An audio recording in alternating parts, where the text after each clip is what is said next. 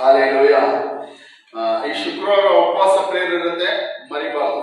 ಎಲ್ಲ correct time ಬನ್ನಿ. ಶುಕ್ರವಾರ ಉಪವಾಸ ಪ್ರೇಯರ್ ಯಾರು ಮಿಸ್ ಮಾಡ್ಬೇಡ್ರಿ. ಕೆಲಸ ಎಲ್ಲ ರಜಾ ಹಾಕ್ಬಿಟ್ಟು ಬನ್ನಿ. ಹಾಲೆಲೂಯ, ಸ್ತೋತ್ರ. ನೋಡಿ 35ನೇ ವಾಕ್ಯ. ತಂದೆಯಾದ ದೇವರು ತನ್ನ ಮಗನನ್ನು ಪ್ರೀತಿಸಿ ಎಲ್ಲವನ್ನೂ ಆತನ ಕೈಯಲ್ಲಿ ಕೊಟ್ಟಿದ್ದಾನೆ.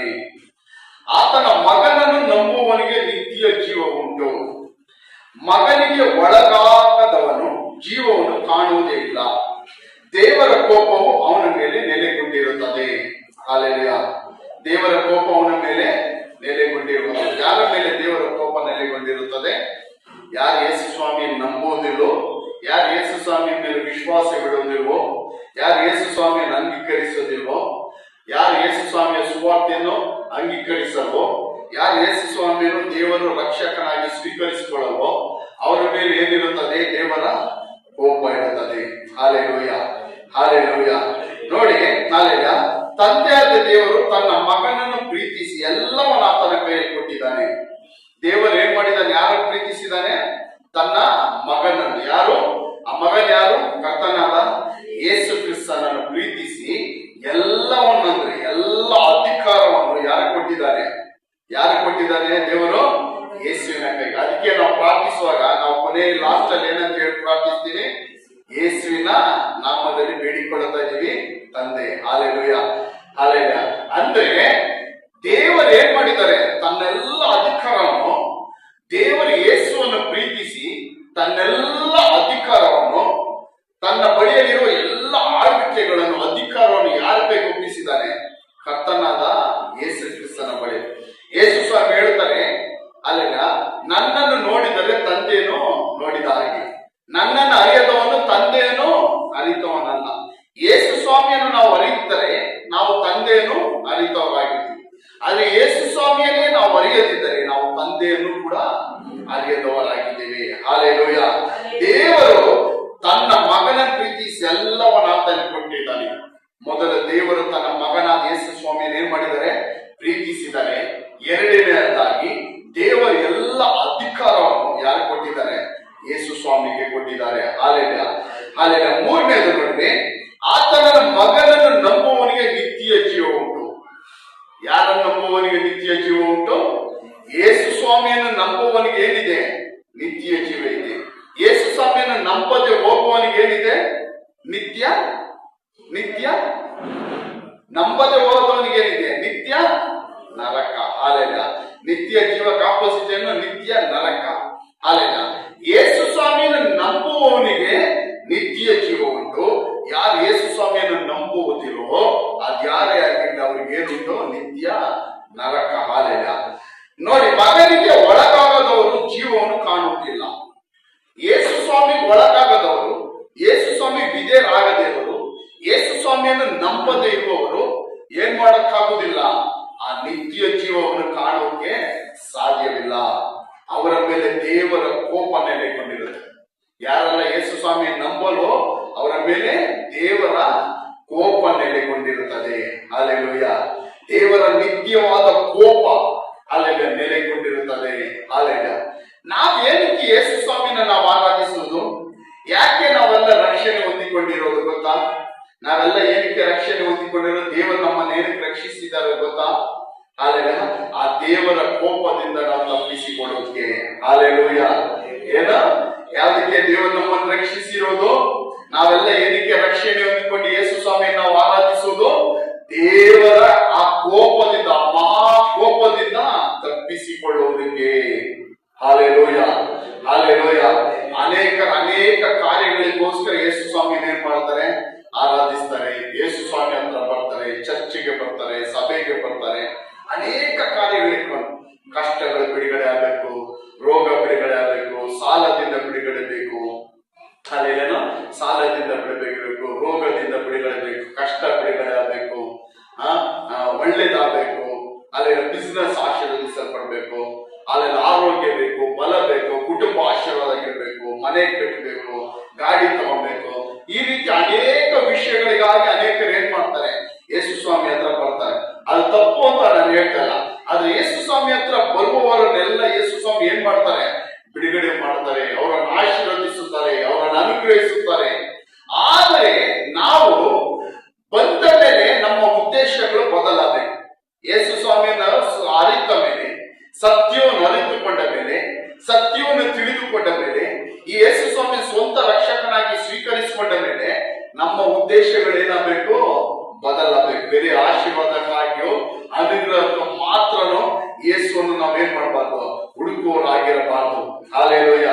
ದೇವರ ವಾಕ್ಯ ಹೇಳುತ್ತದೆ, ಮೊದಲು ದೇವರ ರಾಜ್ಯವನ್ನು ಆತನ ನೀತಿಯನ್ನು ಹುಡುಕಿರಿ, ಆಗ ನಿಮಗೆ ಏನು ಮಾಡಲ್ಪಡುತ್ತದೆ, ಎಲ್ಲ ಕೊಡಲ್ಪಡುತ್ತದೆ. ಯಾರಲ್ಲ ಈ ವಾಕ್ಯ ನಂಬ್ತೀರಾ? ಮೊದಲು ದೇವರ ರಾಜ್ಯವನ್ನು ನೀತಿಯನ್ನು ಹುಡುಕಿರಿ, ರಾಜ್ಯಕ್ಕಾಗಿ ನೀತಿಗೋಸ್ಕರ ತವಕ ಪಡಿರಿ, ಆತನ ವಾಕ್ಯವನ್ನು ನಂಬಿರಿ, ಆತನ ಹೆಸರನ್ನು ನಂಬಿರಿ, ಆತನನ್ನು ಆರಾಧಿಸಿರಿ, ಆತನನ್ನು ಪ್ರೀತಿಸಿರಿ, ಆತನ ಹಿಂಬಾಲಿಸಿರಿ. ಆವಾಗ ನಿಮಗೆ ಏನ್ ಮಾಡುತ್ತದೆ? ದೇವರು ಏನ್ ಮಾಡ್ತಾರೆ? ಎಲ್ಲವನ್ನು ಕೊಡುತ್ತಾರೆ. ಹಾಲೆಲ್ಲ, ಎಲ್ಲವನ್ನು ಕೊಡುತ್ತಾರೆ. ಹಾಲೆಲ್ಲ. ಆದ್ರೆ ಅದಕ್ಕೋಸ್ಕರನೇ ನಾವು ಏನ್ ಮಾಡಬಾರ್ದು? ಈ ಯೇಸುವನ್ನು ಹಿಂಬಾಲಿಸಬಾರ್ದು. ಅದಕ್ಕೋಸ್ಕರನೇ ನಾವೇನ್ ಮಾಡಬಾರ್ದು? ಯೇಸುವನ್ನು ಹಿಂಬಾಲಿಸಬಾರ್ದು. ಯಾವ ಆರಂಭದಲ್ಲಿ ನಾವು ರಕ್ಷಣೆ ಹೊಂದಿರ, ಆರಂಭದಲ್ಲಿ ನಾವೊಂದು ಬಿಡುಗಡೆಗೋ, ಒಂದು ಕಷ್ಟಕ್ಕೋ, ಒಂದು ರೋಗದಿಂದ ಬಿಡುಗಡೆಗೋ ಯೇಸುವಿನ ಹತ್ರ ಬಂದಿರಬಹುದು. ಆದರೆ ನಮ್ಮ ಜೀವನ ಕಾಲ ಪೂರ್ತಿ ಯೇಸುವನ್ನು ಆರಾಧಿಸುವುದು ಅಲ್ಲಿಯ ಬೇರೆ ಬಿಡುಗಡೆ, ಆಶೀರ್ವಾದ, ಅನುಗ್ರಹಕ್ಕೆ ಮಾತ್ರವಲ್ಲ, ಅದಕ್ಕಿಂತ ಮಿಗಿಲಾದದ್ದು, ಅದಕ್ಕಿಂತ ದೊಡ್ಡದಾದದ್ದು ಈ ದೇವರನ್ನು ಕೊಡ್ತಾರೆ. ಅದೇನು? ನಿತ್ಯ ಜೀವ. Hallelujah, hallelujah. ಈಗ ಎಷ್ಟೇ ಆಶೀರ್ವಾದ ಪಡ್ಕೊಂಡ್ರು, ಎಷ್ಟೇ ಹಣ ಪಡ್ಕೊಂಡ್ರು, ಎಷ್ಟೇ ಆರೋಗ್ಯವಾಗಿದ್ರು, ಒಂದು ದಿನ ಏನ್ ಮಾಡ್ಬೇಕು? ಈ ಲೋಕವನ್ನು ಬಿಟ್ಟು ನಾವು ಹೋಗ್ಲೇಬೇಕು. ಹಾಲೆಲೂಯ. ಒಂದು ದಿನ ಈ ಲೋಕವನ್ನು ಬಿಟ್ಟು ನಾವೇನ್ ಮಾಡ್ಬೇಕು? ಹೋಗ್ಲೇಬೇಕು. ಆದರೆ ಆ ನಿತ್ಯ ಜೀವ ಅನ್ನೋದು ಅದು ಶಾಶ್ವತವಾದದ್ದು. ನಿತ್ಯ ಜೀವ ಅನ್ನೋದು ಏನದು? ಶಾಶ್ವತವಾದದ್ದು. ಅದು ಒಂದು ದಿವಸಕ್ಕೋ ಎರಡು ದಿವಸದ ಅಲ್ಲ. ಅಲ್ಲೆಲ್ಲ ಏನು? ಅದು ನಿತ್ಯ ಜೀವ ಅನ್ನೋದೇನು? ಒಂದು ದಿವಸದ ಜೀವನನೋ, ಎರಡು ದಿವಸದ ಜೀವನನೋ ಅಲ್ಲ, ಒಂದು ವರ್ಷದೋ ಸ್ವಲ್ಪ ವರ್ಷಗಳ ಜೀವನ ಅಲ್ಲ. ಈ ಲೋಕದಲ್ಲಿ ಪ್ರತಿ ಮನುಷ್ಯನಿಗೆ ಏನಿದೆ? ಅಲ್ಲೆಲ್ಲ ಒಂದು ಕಾಲ, ಒಂದಿಷ್ಟು ಸಮಯ ಇದೆ. ಅಲ್ಲೆಲ್ಲ ಒಬ್ಬೊಬ್ರು 1 ವಯಸ್ಸಲ್ಲೂ ಸಾಯ್ತಾರೆ, ಅಲ್ಲೆಲ್ಲ 6 ವಯಸ್ಸಲ್ಲೂ ಸಾಯ್ತಾರೆ, 50 ವಯಸ್ಸಲ್ಲೂ ಸಾಯ್ತಾರೆ, 60 ವಯಸ್ಸಲ್ಲೂ ಸಾಯ್ತಾರೆ, 100 ವರ್ಷದಲ್ಲೂ ಸಾಯೋರು ಇದ್ದಾರೆ, 100-110 ವರ್ಷವರೆಗೂ ಬದುಕುವವರು ಏನೋ ಇದ್ದಾರೆ. ಆದ್ರೆ ಎಲ್ಲರಿಗೂ ಏನಿದೆ? ಒಂದು ಕಾಲ ಅಂತ ಲಿಮಿಟ್ ಇದೆ. ಹೌದಲ್ವಾ? ಒಂದು ಕಾಲ ಅಂತ ಏನಿದೆ? ಎಲ್ಲರಿಗೂ ಲಿಮಿಟ್ ಇದೆ. ಆದ್ರೆ ನಿತ್ಯ ಜೀವ ಅನ್ನೋದು ಆ ರೀತಿ ಅಲ್ಲ. ಆ ನಿತ್ಯ ಜೀವ ಎಂದೆಂದಿಗೂ ಅದೇನಿಗೂ ಏನಾಗುದಿಲ್ಲ. ಅದಕ್ಕೆ ಸಮಯನೇ ಇಲ್ಲ. ನಿತ್ಯವಾಗಿ ಜೀವಿಸುದು. ಏನೋ ಅದು ನಿತ್ಯವಾಗಿ ಜೀವಿಸುದು. ಅಲ್ಲೆಲ್ಲ ಅದಕ್ಕೆ ಅಂತ್ಯನೇ ಇಲ್ಲ. ಅದಕ್ಕೇನಿಲ್ಲ? ಅಂತ್ಯನೇ ಇಲ್ಲ. ಅಲ್ಲೆಲ್ಲ ದೇವರಿಗೆ ಆದಿನಿಲ್ಲ, ಅಂತ್ಯನಿಲ್ಲ. ದೇವರಿಗೆ ಏನಿಲ್ಲ? ಆದಿನಿಲ್ಲ, ಅಂತ್ಯನಿಲ್ಲ. ಆದ್ರೆ ನಮಗೆ ಆದಿ ಇದೆ. ಮನುಷ್ಯರಿಗೆ ಏನಿದೆ? ಆರಂಭ ಇದೆ. ಆರಂಭ ಇದೆಯಾ ಇಲ್ವಾ? ನಮ್ಮ ಪ್ರತಿಯೊಬ್ಬರಿಗೆ ಏನಿದೆ? ನಾವು ಜನನವಾಗುವುದು ಅದೇ ನಮ್ಮ ಏನು? ಆರಂಭ. ಅಲ್ಲೆಲ್ಲ. ಆದ್ರೆ ಯೇಸು ಸ್ವಾಮಿಯನ್ನು ನಂಬಿ, ಯೇಸು ಸ್ವಾಮಿಯನ್ನು ಸ್ವಂತ ರಕ್ಷಕರಾಗಿ ಸ್ವೀಕರಿಸಿಕೊಂಡು ನಾವು ಪರಲೋಕ ರಾಜ್ಯಕ್ಕೆ, ಆ ನಿತ್ಯ ಜೀವಕ್ಕೆ ಹೋದ್ರೆ ನಮಗೂ ಏನಿಲ್ಲ? ಅಂತ್ಯ ಇಲ್ಲ. ಅಲ್ಲೆಲ್ಲ ಯಾರೆಲ್ಲ ನಂಬ್ತೀರಾ? ಅಲ್ಲೆಲ್ಲ ಯಾರಿಗೆಲ್ಲ ಅರ್ಥ ಆಯ್ತು? ದೇವರಿಗೆ ಏನಿಲ್ಲ? ಆದಿನಿಲ್ಲ, ಅಂತ್ಯನಿಲ್ಲ. ದೇವರಿಗೆ ಆದಿನಿಲ್ಲ, ಅಂತ್ಯನಿಲ್ಲ. ಅಲ್ಲೆಲ್ಲ ಅವನ ಆಲ್ಫಾ ಒಮೆಗಾ ಆಗಿದ್ದಾನೆ. ಅಂದ್ರೆ ಆದಿನೇ ಇಲ್ಲ.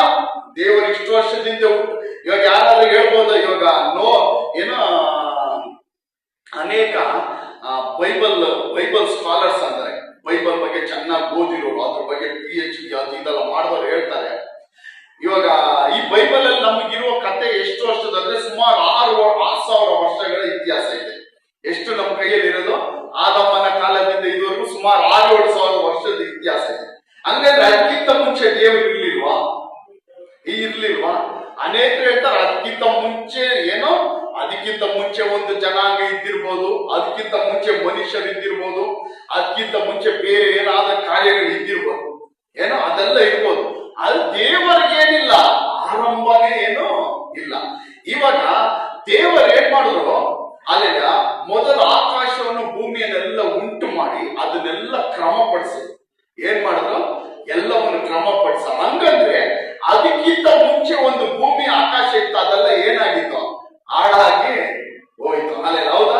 ಹಾಳಾಗಿ ಹೋಯ್ತು. ಅಲ್ಲೆಲ್ಲ ನೋಡಿ, ದೇವರಿಗೆ ಆದಿನಿಲ್ಲ, ಆತನಿಗೇನಿಲ್ಲ, ಅಂತ್ಯನಿಲ್ಲ. ಆದ್ರೆ ಮನುಷ್ಯರಾದ ನಮಗೆ ಪ್ರತಿಯೊಬ್ಬರಿಗೆ ಏನಿದೆ? ಆದಿ, ಆರಂಭ ಅನ್ನೋದಿದೆ. ಆರಂಭ ಅನ್ನೋದು ಇದೆಯಾ ತಾನೆ? ಅಲ್ಲೆಲ್ಲ ನಾವು ಹುಟ್ಟುವುದು, ನಮ್ಮ ಜನನವೇ ನಮಗೇನೋ ಆರಂಭ. ಆದ್ರೆ ಯೇಸು ಸ್ವಾಮಿ ನಂಬುವವರಿಗೆ, ಅಲ್ಲೆಲೂಯ, ಯೇಸು ಸ್ವಾಮಿಯನ್ನು ಆರಾಧಿಸುವವರಿಗೆ, ಯೇಸು ಸ್ವಾಮಿಯನ್ನು ಹಿಂಬಾಲಿಸುವವರಿಗೆ, ಯೇಸು ಸ್ವಾಮಿಯ ಮೂಲಕವಾಗಿ ಆ ನಿತ್ಯ ಜೀವವನ್ನು ಪ್ರವೇಶಿಸುವ ನಮಗೂ ಏನಿಲ್ಲ? ಅಂತ್ಯವಿಲ್ಲ. ಅಲ್ಲೆಲೂಯ, ಏನಿಲ್ಲ? ನಮಗೂ ಅಂತ್ಯವಿಲ್ಲ. ಅಲ್ಲೆಲ್ಲ ಈ ಲೋಕದಲ್ಲಿ ನಾವು ಮರಣ ಹೊಂದಬಹುದು, ಆದ್ರೆ ನಮ್ಮ ಆತ್ಮಕ್ಕೆ ಏನಿಲ್ಲ? ಅಂತ್ಯವಿಲ್ಲ.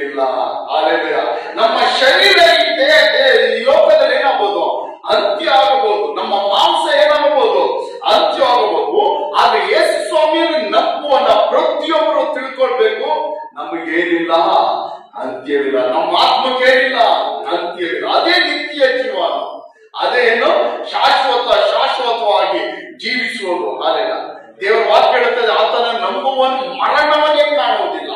ಯೇಸುವನ್ನು ನಂಬುವನು ಏನ್ ಕಾಣುವುದಿಲ್ಲ ಅಂತೆ? ಮರಣವನ್ನೇ ಕಾಣುವುದಿಲ್ಲ. ಅದು ಯಾವ ಮರಣ? ಈ ಲೋಕದ ನಮ್ಮ ದೇಹಕ್ಕೆ ಸಂಭವಿಸುವಂತ ಮರಣವಲ್ಲ. ಮರಣದ ಕುರಿತಾಗಿ ಹೇಳಲಿಲ್ಲ. ಈ ಲೋಕದಲ್ಲಿ ಮನುಷ್ಯನಾಗಿ ಹುಟ್ಟಿದ ಪ್ರತಿಯೊಬ್ಬನು ಏನಾಗಬೇಕು? ಒಂದು ದಿನ ಸಾಯಲೇಬೇಕು. ಯಾವ ಮರಣದ ಕುರಿತಾಗಿ ದೇವರ ವಾಕ್ಯ ಹೇಳ್ತದಂದ್ರೆ, ನಮ್ಮ ಆತ್ಮಕ್ಕೆ ಏನ್ ಸಂಭವಿಸುವುದಿಲ್ಲ? ಮರಣವೇ ಸಂಭವಿಸುವುದಿಲ್ಲ. ಹಾಲೆಲೂಯ. ನಮ್ಮ ಆತ್ಮ ಯಾವುದೇ ಕಾರಣಕ್ಕೂ ಸತ್ತು ಹೋಗಬಾರದು. ನಮ್ಮ ಆತ್ಮ ಜೀವವುಳ್ಳದಾಗಿರ್ಬೇಕು. ಹಾಲೆಲೂಯ. ಆತ್ಮ ಸತ್ತು ಹೋಗಿ ಎಷ್ಟೇ ವರ್ಷ ಬದುಕಿದ್ರು ಏನು ಪ್ರಯೋಜನ ಇಲ್ಲ. ಹಾಲೆಲೂಯ. ನಮ್ಮ ಆತ್ಮ ಬದುಕಬೇಕು. ಅಲ್ಲೆಲ್ಲ ನಮ್ಮ ಆತ್ಮ ಜೀವವುಳ್ಳದಾಗಿರ್ಬೇಕು. ಈ ಯೇಸು ಸ್ವಾಮಿಯ ನಂಬುವುದರ ಮೂಲಕವಾಗಿ ಮಾತ್ರ ನಮ್ಮ ಆತ್ಮಕ್ಕೆ ಏನು ಆ ಮರಣದಿಂದ ತಪ್ಪಿಸಿಕೊಂಡು ಜೀವವನ್ನು ಹೊಂದಿಕೊಳ್ಳಲು ಹಾಲೆಲೂಯ ಸಾಧ್ಯ. ಹಾಲೆಲೂಯ. ನೋಡಿ, ಆ ನಿತ್ಯ ಜೀವವನ್ನು ಕೊಡುವುದಕ್ಕೆ ಯೇಸು ಸ್ವಾಮಿ ಕೈಯಿಂದ ಮಾತ್ರ ಸಾಧ್ಯ. ನಿತ್ಯ ಜೀವನ ಕೊಡುವುದೇನೋ ಯಾರ ಕೈಯಿಂದ ಸಾಧ್ಯ? ಯೇಸು ಸ್ವಾಮಿಯ ಕೈಯಿಂದ ಮಾತ್ರ ಸಾಧ್ಯ. ಬೇರೆ ಯಾರಿಂದಲೂ ಸಾಧ್ಯವಿಲ್ಲ. ಒಬ್ಬ ಮನುಷ್ಯನಿಗೆ, ಒಬ್ಬ ವ್ಯಕ್ತಿ ನಿತ್ಯ ಜೀವ ಪಡೆದುಕೊಳ್ಳಬೇಕಂದ್ರೆ ಅವನಿಗೆ ಬೇರೆ ಯಾವುದೇ ಮಾರ್ಗವಿಲ್ಲ. ಅಲ್ಲ, ಬೇರೆ ಯಾವುದೇ ಮಾರ್ಗವಿಲ್ಲ. ಅನ್ಯ ದೇವರುಗಳನ್ನು ಯಾವ ದೇವರನ್ನು ಆರಾಧಿಸಿದ್ರು ನಿತ್ಯ ಜೀವನ ಏನ್ ಮಾಡಕ್ಕಾಗಲ್ಲ, ಪಡ್ಕೊಳಕ್ಕಾಗಲ್ಲ. ಮರಿಯಾಳನ್ನ ಆರಾಧನೆ ಮಾಡಿದ್ರೆ ನಿತ್ಯ ಜೀವನ ಪಡ್ಕೊಳಕ್ಕಾಗತ್ತ? ಮರಿಯಾಳ ನಿಂಬಾಲಿಸಿದ್ರೆ ನಿತ್ಯ ಜೀವ ಪಡ್ಕೊಳಕ್ಕಾಗಲ್ಲ. ಹಾಲೆಲೂಯ. ಯಾರ ನಿಂಬಾಲಿಸಿದ್ರು, ಯಾರನ್ನ ಆರಾಧಿಸಿದ್ರು ನಿತ್ಯ ಜೀವ ಪಡೆದುಕೊಳ್ಳಕ್ಕಾಗಲ್ಲ. ಹಾಲೆಲೂಯ. ಬರೀ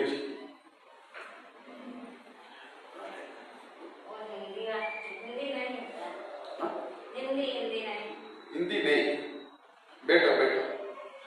ಹಾಲೆಲೂಯ. ಮರಿಯಾಳನ್ನ ಆರಾಧಿಸಿದ್ರೆ ನಿತ್ಯ ಜೀವ ಸಿಗಲ್ಲ. ಆದ್ರೆ ಯಾರನ್ನ ಆರಾಧಿಸಿದ್ರೆ ನಿತ್ಯ ಜೀವ ಸಿಗುತ್ತೆ?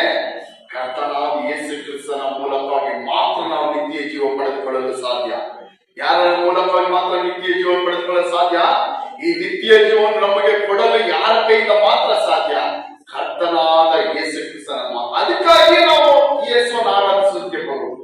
ಅದಕ್ಕಾಗಿ ನಾವೇನ್ ಮಾಡ್ತಾ ಇದ್ದೀವಿ? ಯೇಸುವನ್ನು ಆರಾಧಿಸುವುದು. ಹಾಲೆಲೂಯ. ಇವತ್ತು ನಮ್ಮ ಮನಸ್ಸುಗಳೆಲ್ಲ ಏನಾಗಬೇಕು? ಬದಲಾಗಬೇಕು. ಏನಕ್ಕೆ ನಾವು ಯೇಸುವನ್ನು ಹಿಂಬಾಲಿಸ್ತಾ ಇದ್ದೀವಿ? ಏನಕ್ಕೆ ಯೇಸುವನ್ನು ಆರಾಧಿಸ್ತಾ ಇದ್ದೀವಿ?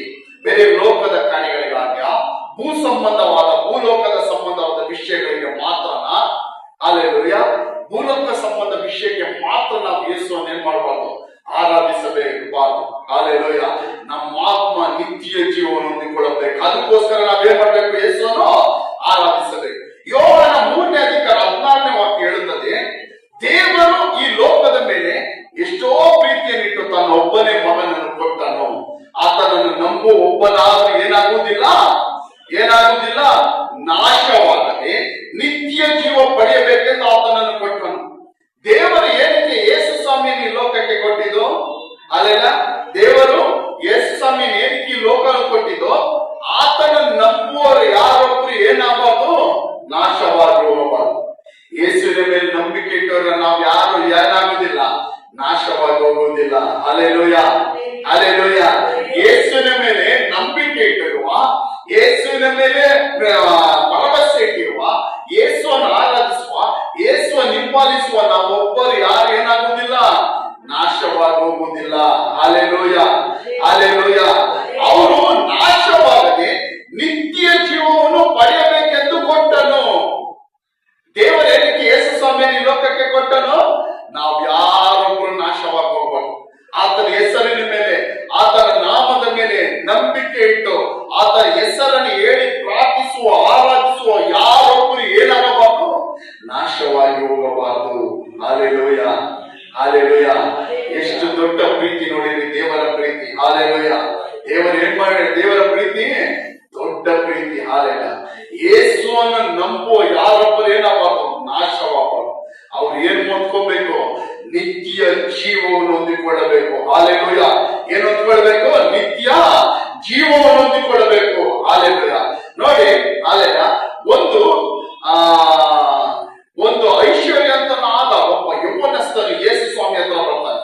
ಐಶ್ವರ್ಯವಂತನಾದ ಯೌವನಸ್ಥನು ಯೇಸು ಸ್ವಾಮಿ ಹತ್ರ ಬಂದ್ಬಿಟ್ಟು ಕೇಳ್ತಾನೆ,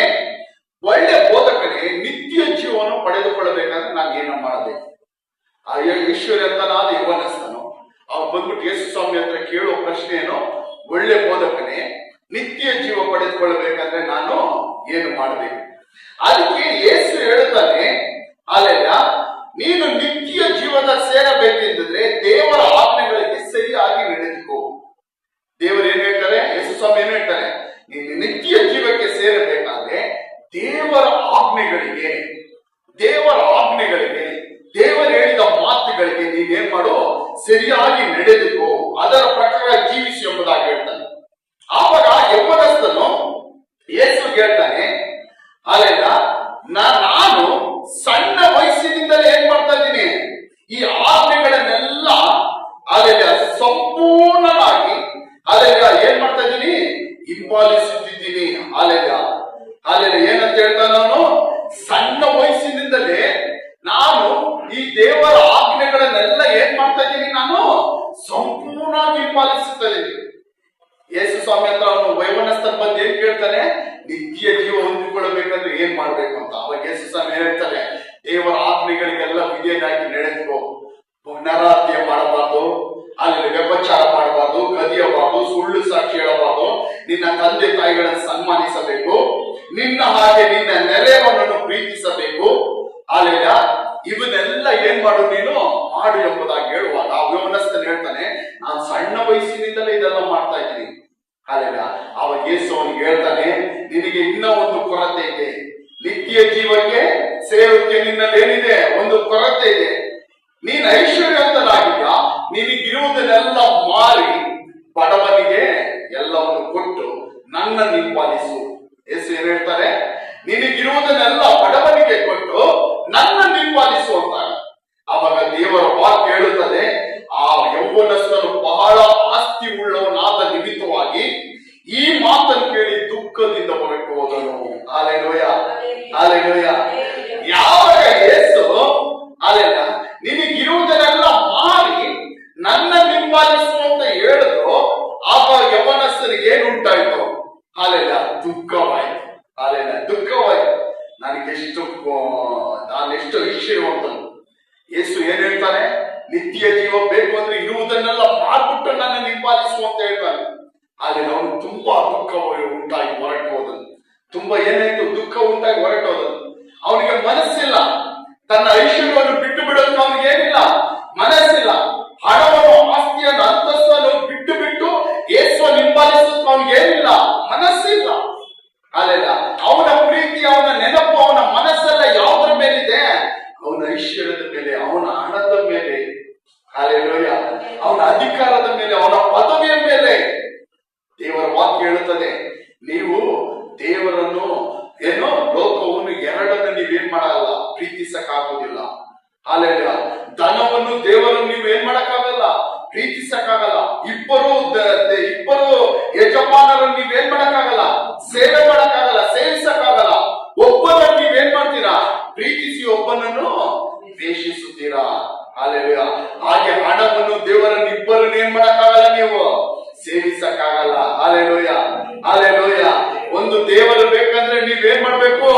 ಈ ಲೋಕದ ಮೇಲಿರೋ ಇನ್ನೊಂದು ಮನಸ್ಸು, ನಿಮ್ಮ ಈ ಮನಸ್ಸು, ಹೃದಯ ಪರಿಪೂರ್ಣ ಯಾರಿಗೆ ಕೊಡಬೇಕು? ದೇವರು ಕೊಟ್ಟು ಹೃದಯದ ಅಂತರಾಳದಿಂದ ಈ ದೇವರನ್ನ ಏನ್ ಮಾಡ್ಬೇಕು? ಹಿಂಪಾಲಿಸಬೇಕು. Hallelujah, hallelujah, hallelujah. ಆ ಯೌವನಸ್ಥನಿ ಮಾತನ್ನು ಕೇಳಿದ ತಕ್ಷಣ ಏನ್ ಮಾಡಿದವನು? ದುಃಖದಿಂದ ಹೊರಟು ಹೋದ. ಹಲ್ಲೆಲೂಯಾ. ಅವನಿಗೆ ನಿತ್ಯ ಜೀವ ಪಡೆದುಕೊಳ್ಳಬೇಕಂತ ಆಸೆ ಇದೆ. ಅವನಿಗೆ ಏನಿದೆ? ನಿತ್ಯ ಜೀವ ಹೊಂದಿಕೊಳ್ಳಬೇಕು, ನಿತ್ಯ ಜೀವನ ಹೊಂದಿಕೊಳ್ಳಬೇಕು, ದೇವರ ರಾಜ್ಯಕ್ಕೆ ನಾನು ಹೋಗಬೇಕು, ನಾನು ಸತ್ತ ಮೇಲೆ ನನ್ನ ಆತ್ಮ ಪರಲೋಕಕ್ಕೆ ಹೋಗಬೇಕು ಎಂತೆಲ್ಲ ಆಸೆ ಇದೆ. ಆದ್ರೆ ಅವನಿಗೆ ಈ ಲೋಕದಲ್ಲಿ ಬಿಡಬೇಕಾದ ಕಾರ್ಯಗಳನ್ನು ಅವನಿಗೆ ಬಿಡೋದಕ್ಕೆ ಏನಿಲ್ಲ, ಮನಸ್ಸಿಲ್ಲ. ಹಲ್ಲೆಲೂಯಾ. ಲೋಕದ ಕಾರ್ಯಗಳನ್ನು ಬಿಡುತ್ತೆ ಏನಿಲ್ಲ, ಮನಸ್ಸಿಲ್ಲ.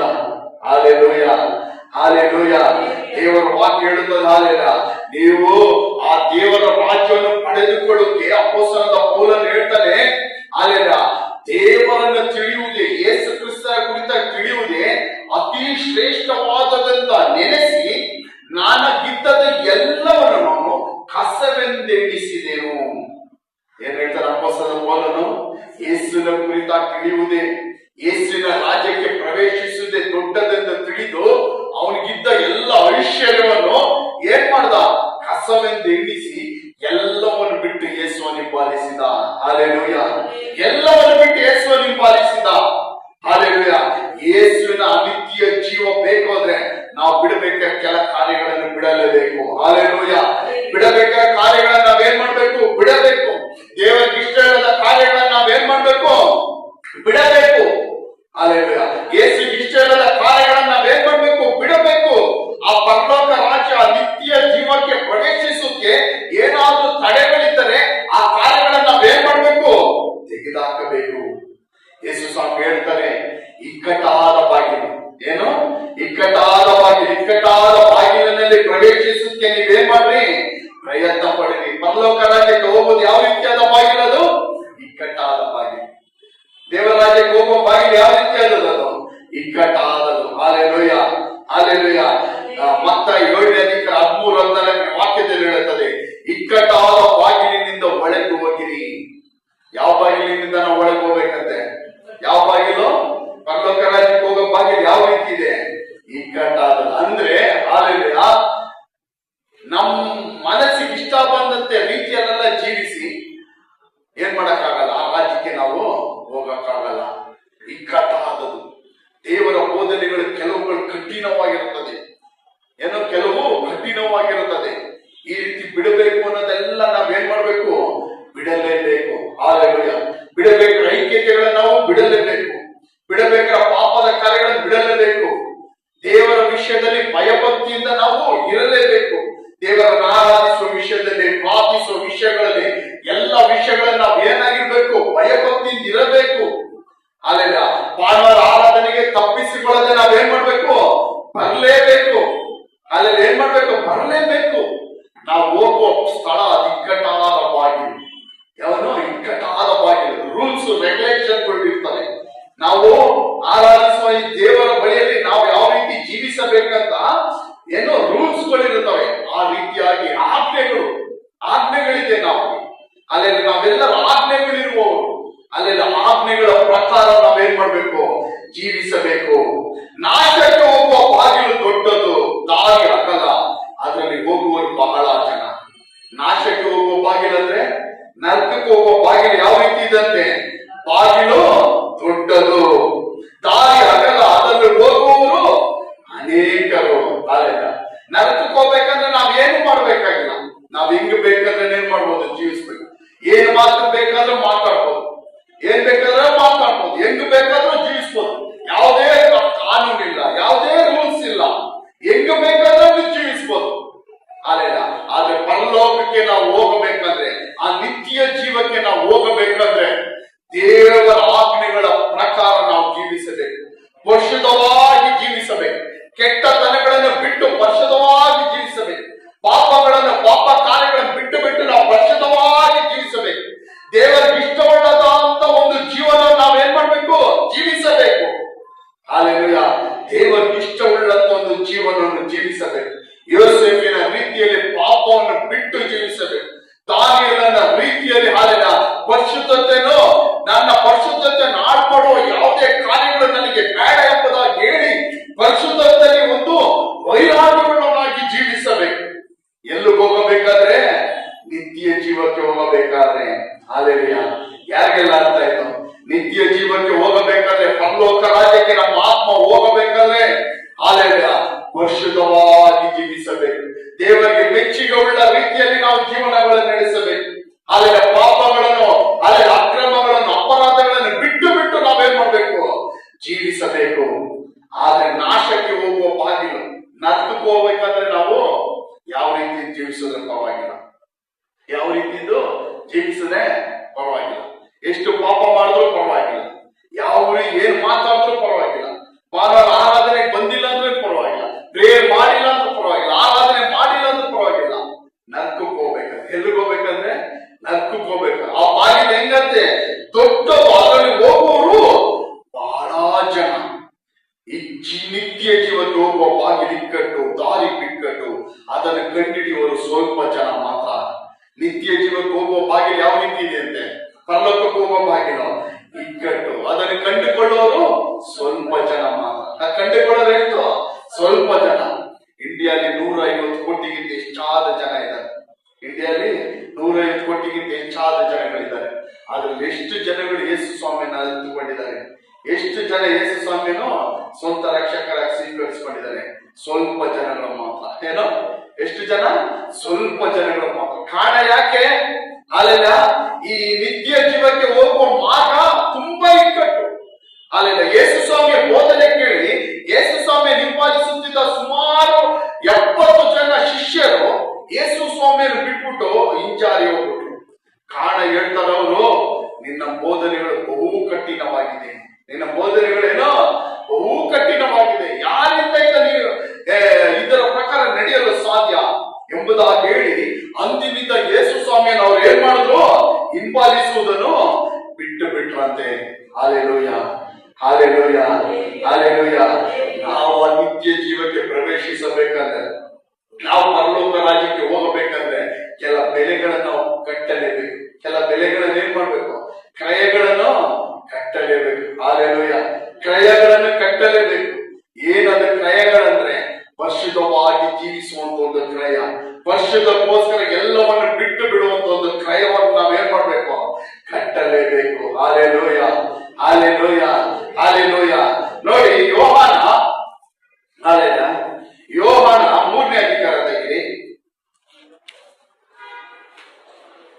ಯೋಹಾನ 3ನೇ ಅಧಿಕಾರ 1ನೇ ವಾಕ್ಯದಿಂದ ಓದ್ಬೇಡಿ, 15ನೇ ವಾಕ್ಯದವರೆಗೂ ಇಲ್ಲಿ ನಿಕೋದೋಮ ಎಂಬ ಒಬ್ಬ ಮನುಷ್ಯ ಇರ್ತಾನೆ.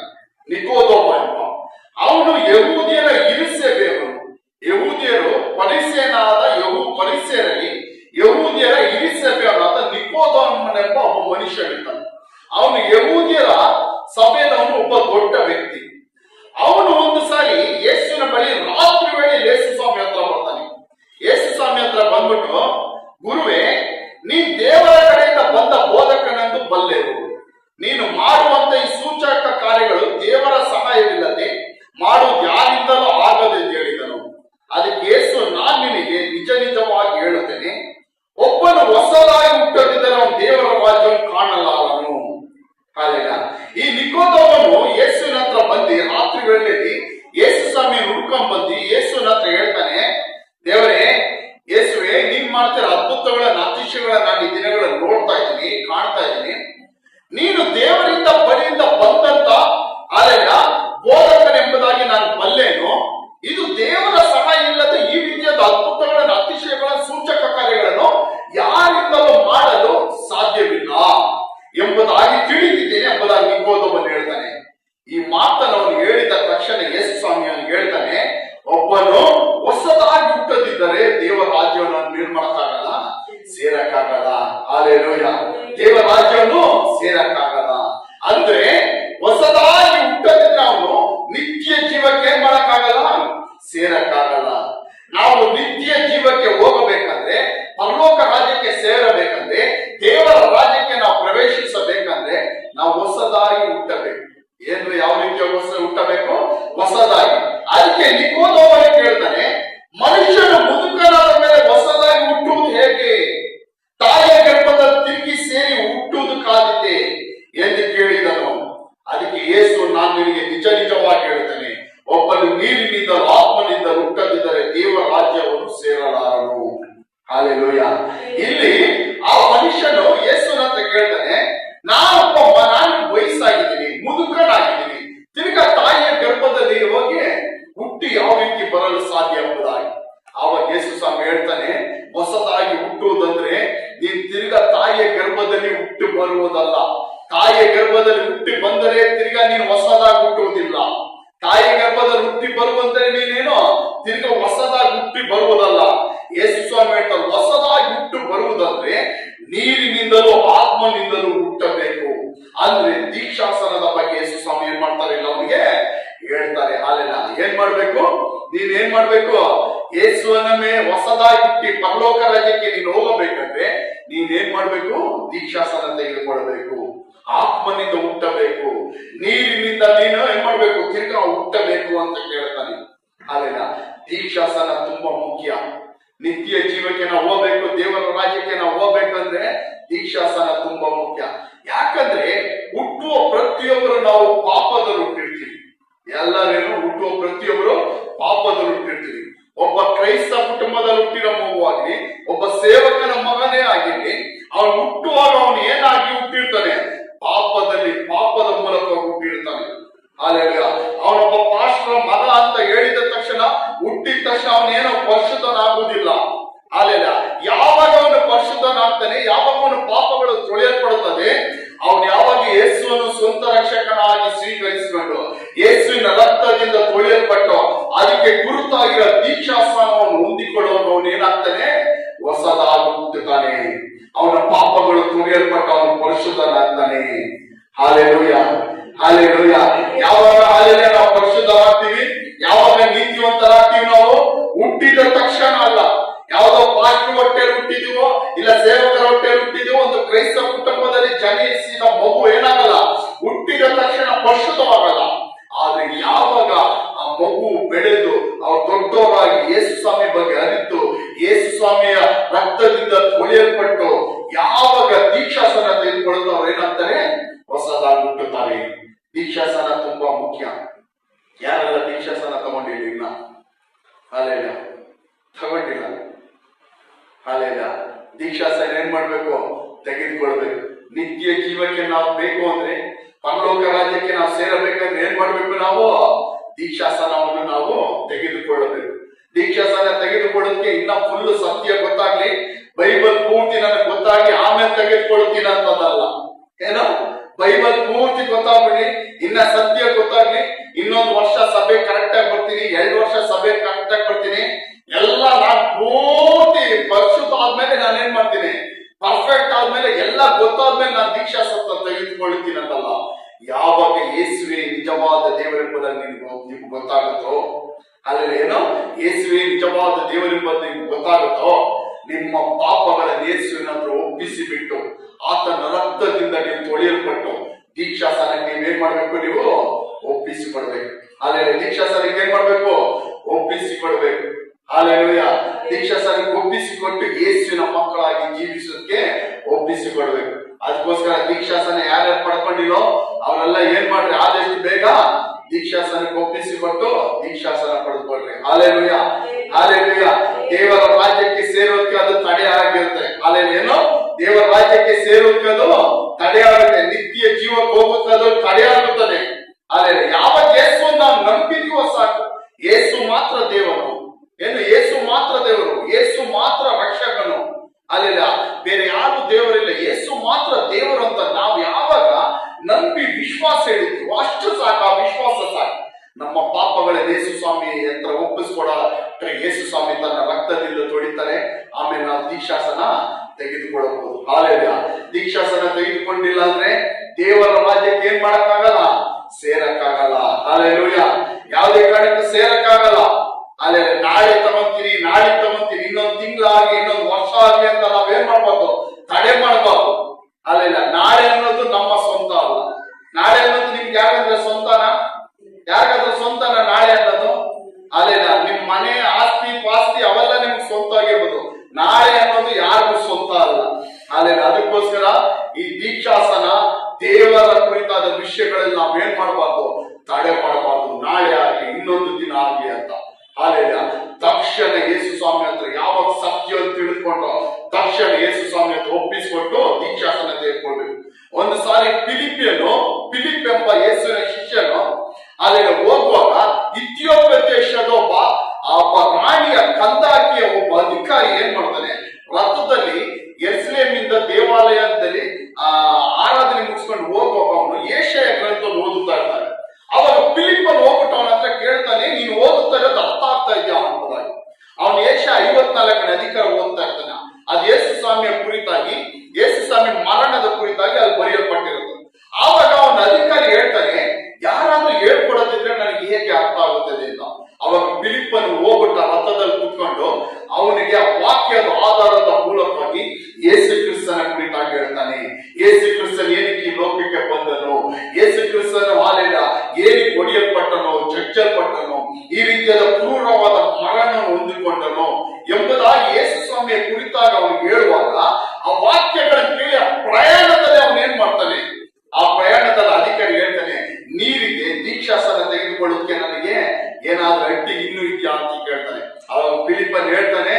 ದೀಕ್ಷಾಸನ ತೆಗೆದುಕೊಳ್ಳೋದು ನಿನಗೆ ಏನು ಅಡ್ಡಿ ಇಲ್ಲ ಎಂಬುದಾಗಿ ಹೇಳಿ ಅಲ್ಲೇ ಅವನಿಗೆ ದೀಕ್ಷಾಸನ ಮಾಡ್ತಾನೆ. ಹಾಲೆಲ್ಲ ಏನು ಎಷ್ಟು ಒಂದು ಸ್ವಲ್ಪ ಅವರ್ಗಳೇ ಸ್ವಲ್ಪ ಸಮಯಗಳಲ್ಲಿ ಅವನ್ ಏನ್ ಮಾಡ್ತಾನೆ, ದೀಕ್ಷಾಸನ ತೆಗೆದುಕೊಳ್ತಾನೆ. ಅದಕ್ಕೋಸ್ಕರ ಹೇಳ್ತೀನಿ, ದೀಕ್ಷಾಸನ ಅನ್ನೋದೇನು ತುಂಬಾ ಮುಖ್ಯ.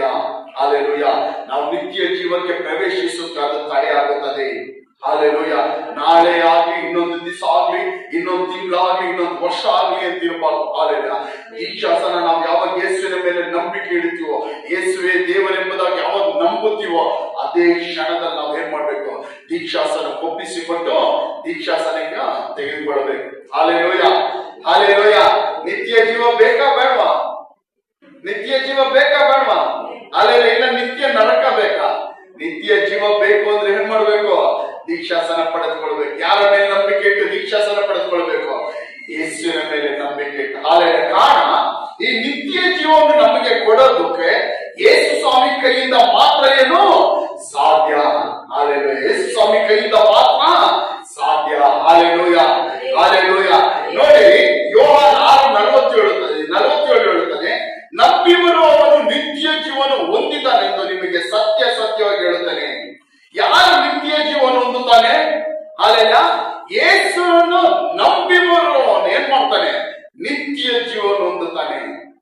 ನಿತ್ಯ ಜೀವ ಹೊಂದಿಕೊಳ್ಳಬೇಕಾದ್ರೆ ನಾವು ಮಾಡಬೇಕಾದ ಒಂದೇ ಒಂದು ಕಾರ್ಯ ಏನು, ನಮ್ಮ ಪರಿಪೂರ್ಣದ ವಿಶ್ವಾಸ, ನಮ್ಮ ಪೂರ್ಣವಾದ ನಂಬಿಕೆ ಯಾರ ಮೇಲೆ ಇಡಬೇಕು? ಯೇಸುವಿನ ಮೇಲೆ ಮಾತ್ರ ಇಡಬೇಕು. ಹಾಲೆಲೂಯ. ಹಾಲೆಲೂಯ.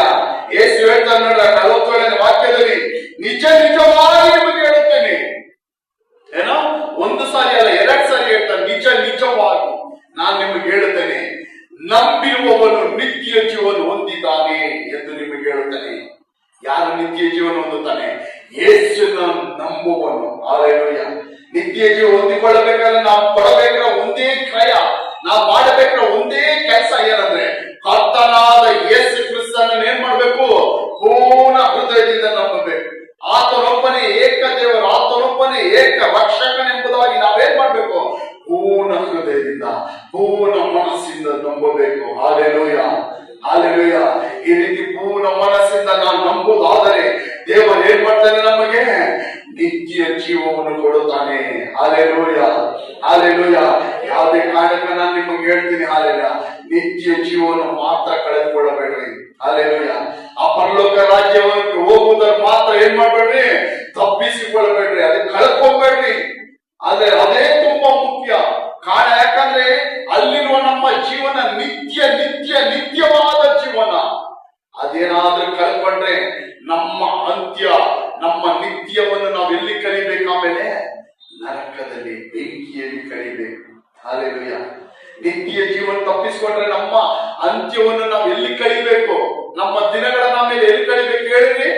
ಎಲ್ಲರೂ ಹೇಳ್ರಿ, ನರಕದಲ್ಲಿ ಕಳಿಬೇಕು. ಹಾಲೆಲೂಯ. ಅಲ್ಲೂ ಅಂತ್ಯ ಇಲ್ಲ, ಅಲ್ಲೂ ಏನಿಲ್ಲ, ಅಂತ್ಯ ಇಲ್ಲ. ಹಾಲೆಲೂಯ. ಅದಕ್ಕೆ ಯೇಸು ಸ್ವಾಮಿ ಒಂದು ಸ್ವಾಮಿಯನ್ನು ಹೇಳ್ತಾರೆ, ಲಾಜರನ್ನು ಮತ್ತು ಐಶ್ವರ್ಯನ ಕುರಿತಾಗಿ ಯೇಸು ಸ್ವಾಮಿ ಏನ್ ಮಾಡ್ತಾರೆ, ಒಂದು ಸ್ವಾಮಿ ಹೇಳ್ತಾರೆ. ಒಂದು ಊರಲ್ಲಿ ಒಬ್ಬ ಐಶ್ವರ್ಯನ ಅಂತ ಹೇಳ್ತಾನೆ. ಅಲ್ಲಿ ಅದೇ ಊರಲ್ಲಿ ಅವರ ಮನೆ ಬಾಗಿಲಿನಲ್ಲಿ ಒಬ್ಬ ಲಾಜರನೆಂಬುದು ಒಬ್ಬ ಭಿಕ್ಷುಕನು. ಆ ಲಾಜರನೆಂಬ ಮನುಷ್ಯನ ದೇಹದಲ್ಲೆಲ್ಲ ಏನಿದೆ, ಹುಣ್ಣುಗಳು, ಹುಣ್ಣು. ಅದರಲ್ಲಿ ಕ್ಯೂ ಬರುವಾಗ ನಾಯಿಗಳು ಬಂದ್ಬಿಟ್ಟು ಆ ಹುಣ್ಣುಗಳನ್ನು ಏನ್ ಮಾಡ್ತಕ್ಕಂತೆ, ನೆತ್ತಿದಂತೆ. ಹಾಲೆಲೂಯ. ಆದ್ರೆ ಐಶ್ವರ್ಯವಂತನು ಯಾವ ರೀತಿ ಇದ್ದಾನೆ ಎಂಬುದಾಗಿ ದೇವರ ವಾಕ್ಯ ಹೇಳ್ತದಂದ್ರೆ, ವಿಧ ವಿಧವಾದ ವಸ್ತ್ರಗಳನ್ನು ಪ್ರತಿದಿನ ಧರಿಸಿಕೊಂಡು, ಪ್ರತಿದಿನ ಔತಣಗಳು, ಭೋಜನಗಳು, ವಿಧ ವಿಧವಾದ ಭೋಜನಗಳು. ಪ್ರತಿದಿನ ಅವನ ಕೆಲಸ ಏನೋ, ಹೊಸ ಬಟ್ಟೆ ಹಾಕೊಂಡ್ರೆ ಪ್ರತಿದಿನ ಪಾರ್ಟಿ.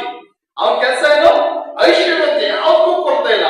ಅವನ ಪ್ರತಿದಿನದ ಕೆಲಸ ಏನೋ, ವಿಧ ವಿಧವಾದ ಊಟ ತಿನ್ನುವುದು, ಪಾರ್ಟಿ ಮಾಡೋದು, ಡೈಲಿ ಏನ್ ಮಾಡೋದು, ಎಂಜಾಯ್ ಮಾಡೋದು, ಪಾರ್ಟಿ ಮಾಡೋದು. ಹಾಲೆಲೂಯ. ಏನ್ ಮಾಡೋದು, ಎಂಜಾಯ್ ಮಾಡೋದು, ಪಾರ್ಟಿ ಮಾಡೋದು. ಯಾವ್ದಕ್ಕೂ ಕೊಡ್ತಾ ಇಲ್ಲ ಅವನಿಗೆ. ಕಾರಣ ಅವನೇನು ಐಶ್ವರ್ಯವಂತ, ಯಾವ್ದಕ್ಕೂ ಕೊರತಿಲ್ಲ.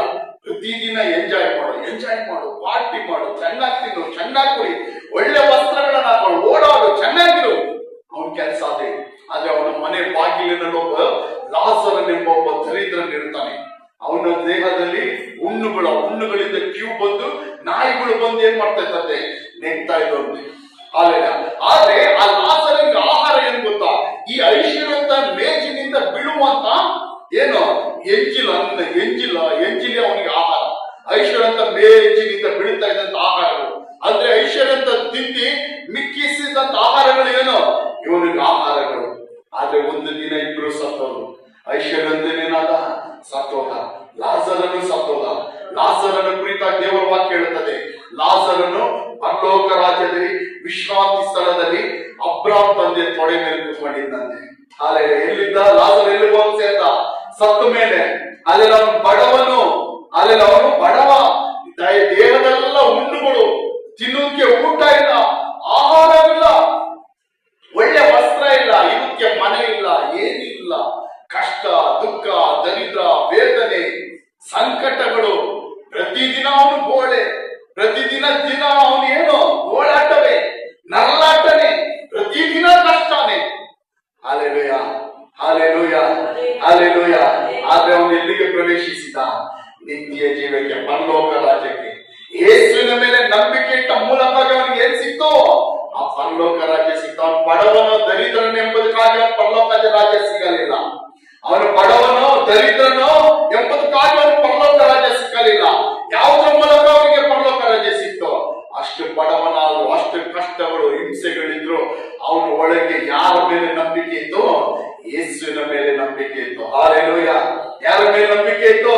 ಯೇಸುವಿನ ಮೇಲೆ ನಂಬಿಕೆ ಇತ್ತು. ಹಾಲೆಲೂಯ. ಅವನ ಒಂದೇ ಒಂದು ಆಸೆ, ಈ ಲೋಕದಲ್ಲಿ ನಾನು ಯಾವ ರೀತಿ ಜೀವಿಸುವುದ್ರ ಪರವಾಗಿಲ್ಲ, ಎಷ್ಟೇ ಕಷ್ಟ ಅನುಭವಿಸುವುದ್ರ ಪರವಾಗಿಲ್ಲ, ಎಷ್ಟೇ ಹಿಂಸೆ ಅನುಭವಿಸುವುದ್ರ ಪರವಾಗಿಲ್ಲ, ಹಾಲೆಲೂಯ, ಎಷ್ಟೇ ದರಿದ್ರವನ್ನು, ನರಳಾಟವನ್ನು, ಗೋಳಾಟವನ್ನು ನಾನು ಅನುಭವಿಸುವುದ್ರ ಪರವಾಗಿಲ್ಲ. ಹಾಲೆಲೂಯ. ನನಗೆ ಒಂದು ದಿನ ಏನಿದೆ, ಇದೆಲ್ಲದ್ರಿಂದ ಅಂತ್ಯವಿದೆ. ಹಾಲೆಲೂಯ.